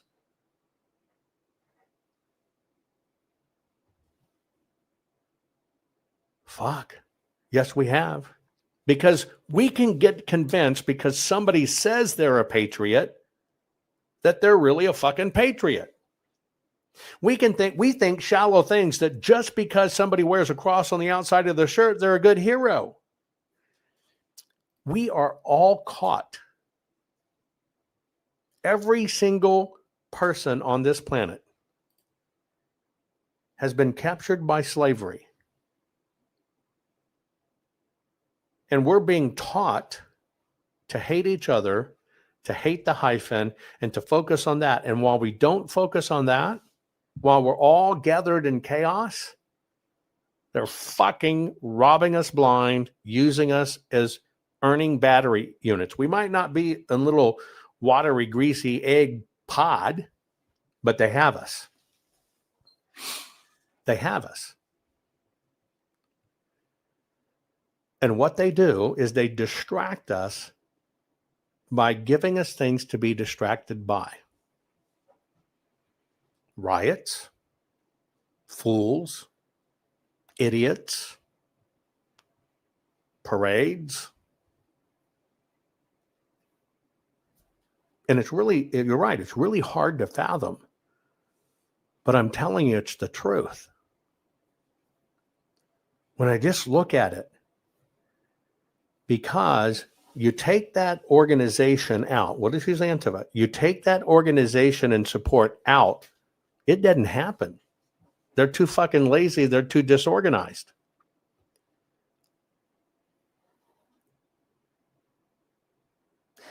Give you somebody who says, I'm going to save the country and I'm doing it and we're going to get rid of the machines and we fixed everything and we have all the stuff. You bought into that. It made millions stand down because that person's so good, they're going to do it. When it was all of us to begin with. Everything's about us. Everything's about our belief system. Everything's about who do we give our allegiance to. Everything's about what do we focus on. And when I just really analyze it in game theory and chaos theory and I look at it, I realize, wow, it's even bigger than I thought. BLM doesn't matter. Antifa doesn't matter.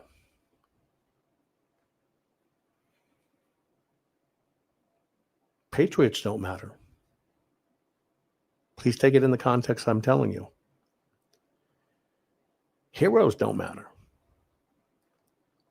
Because the hero we should focus on gets ignored. And you're the hero in this play. You're the savior in this play. God and Jesus are not coming down to heaven from heaven to clean this up. It's not how it works. It's never worked that way. The very savior you've been looking for to save us from all this shit looks back at you every time you look in a mirror.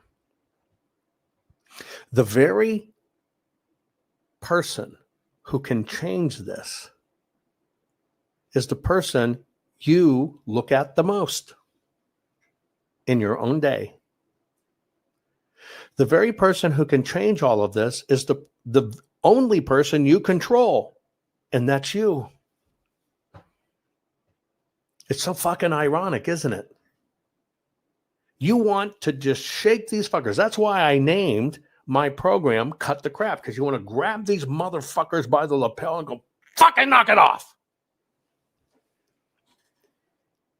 And then I realize, fuck. If we ever just realize we're the heroes and we can't actually control this, because it means you're responsible for exactly one person. That's it. You're responsible for exactly one person, one ethic, one moral.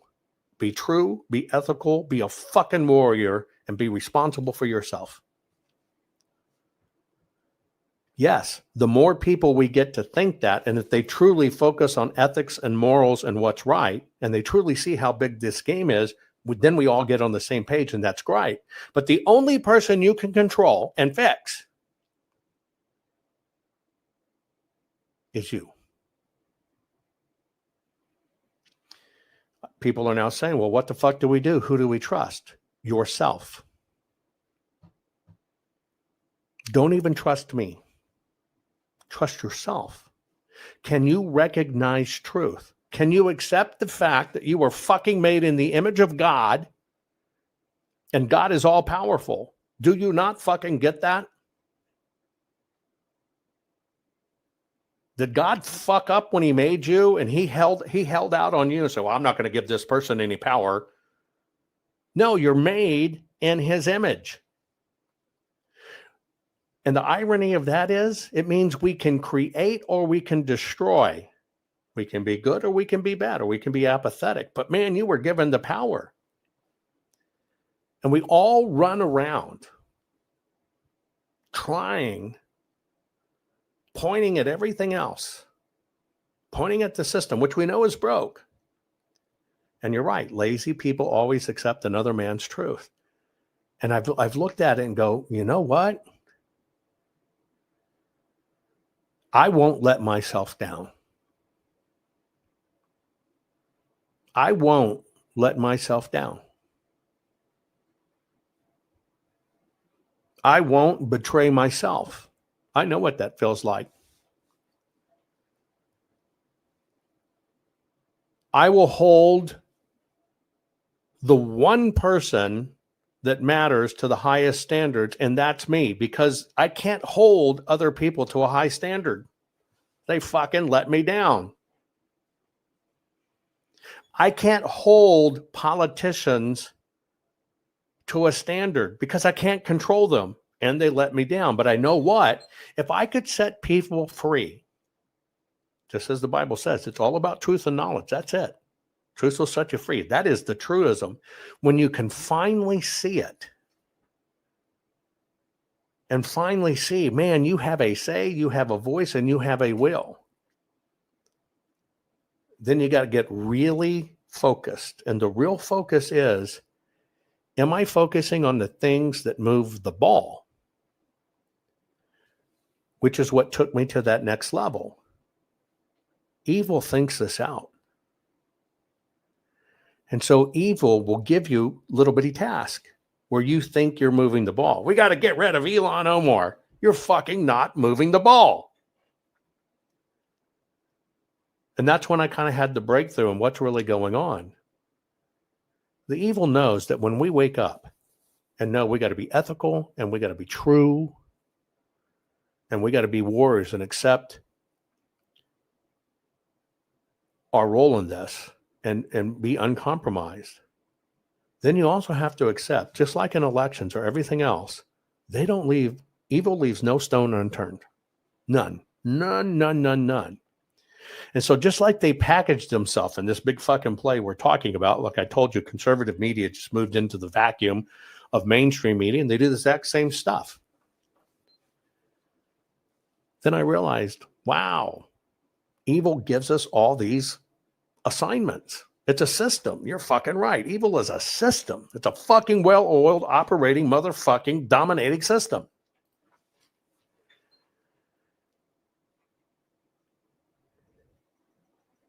And then it dawned on me. You go to the pearly gates, you're in front of God. God asks you, what'd you do? You're not thinking, well, I followed this guy. Well, I did what this guy said. No, it's about you.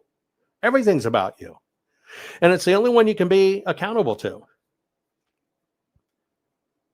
And then if you understand that we live in Satan's domain and that everything around us is orchestrated, and if we're really going to win, we got to get focused, then you understand it's about you, baby. Everything is like a massive building of doors. Everything, a massive building with all these doors. Okay?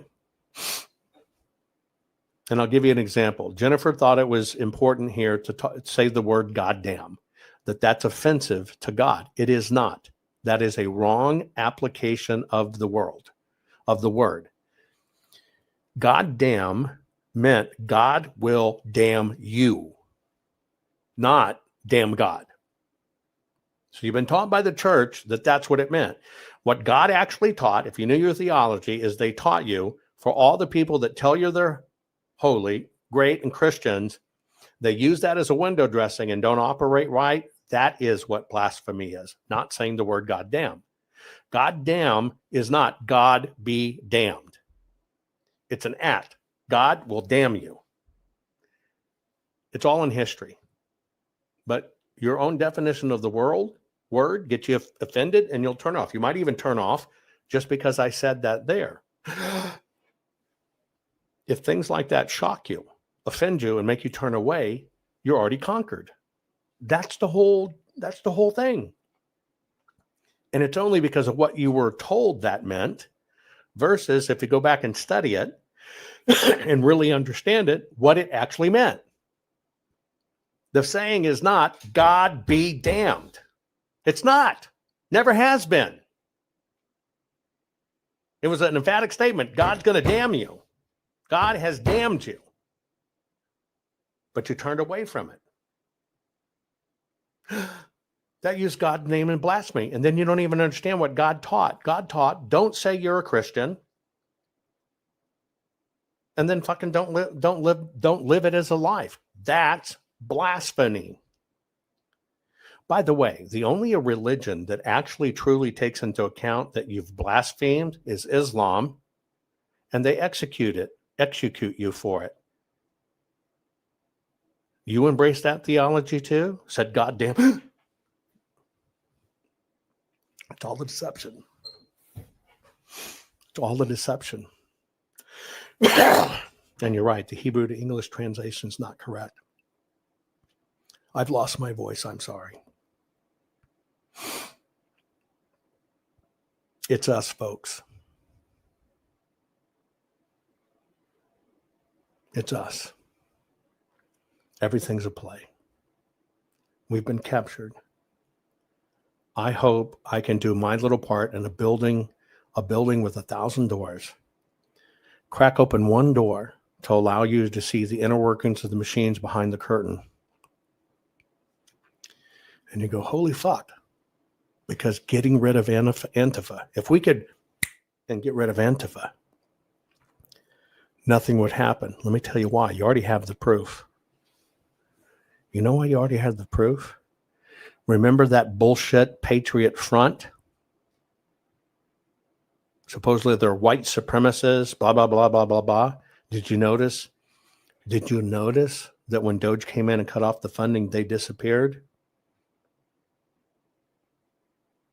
It's all play acting. Oh, by the way, did you notice all the big anchors, MSNBC, big ass contracts, when they got rid of Doge funding them through USAID, discovered USAID was doing it? Did you notice all those guys lost their broadcast?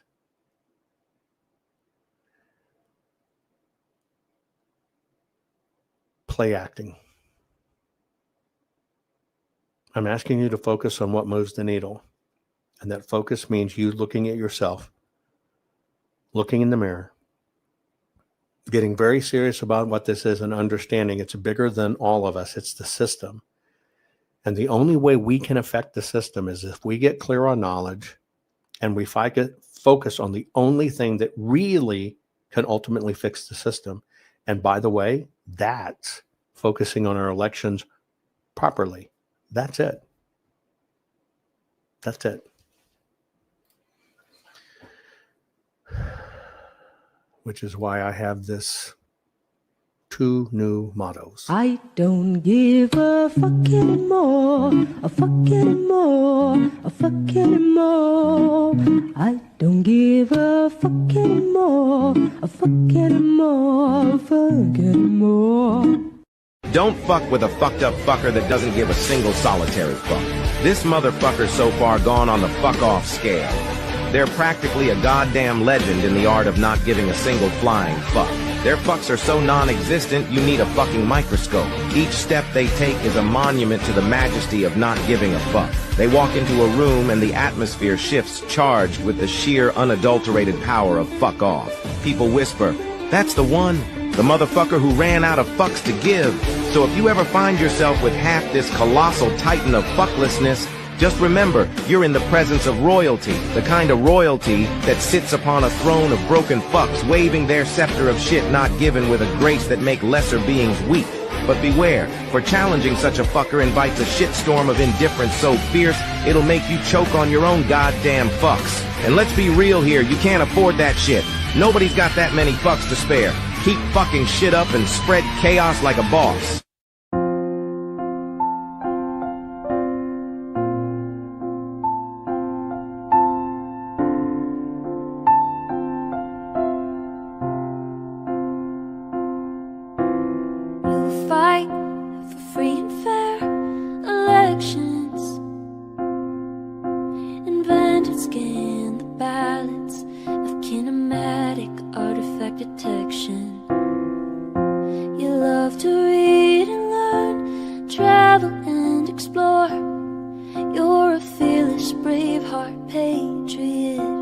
those open doors.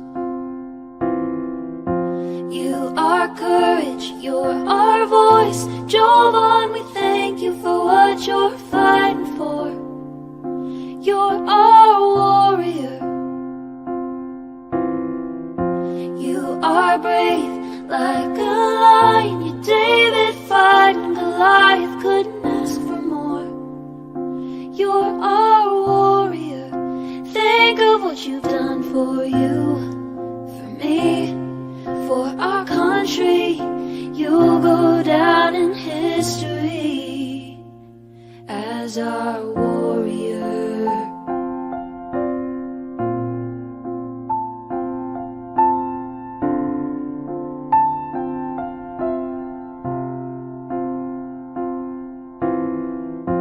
You lead by God and always do what's right.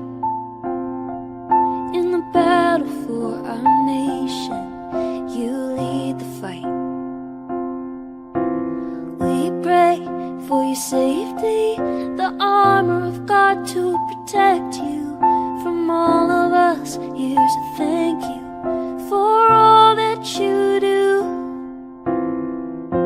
You are courage, you're our voice. Jovan, we thank you for what you're fighting for. You're our warrior. You are brave like a lion. You're David fighting Goliath, couldn't ask for more.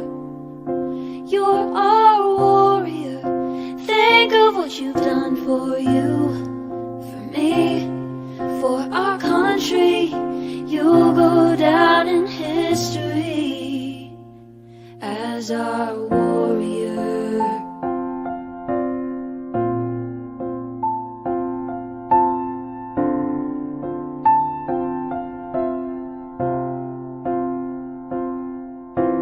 Jovan, you're a hero we stand behind. We're inspired by the fire inside your eyes. American proud, we know you'll fight till your dying day. And we'll always stand behind you through everything. You are courage, you're our voice. Jovan, we thank you for what you're fighting for. You're our warrior. You are brave like a lion. You're David fighting Goliath, couldn't ask for more. You're our warrior. Think of what you've done for you, for me, for our country. You'll go down in history as our warrior.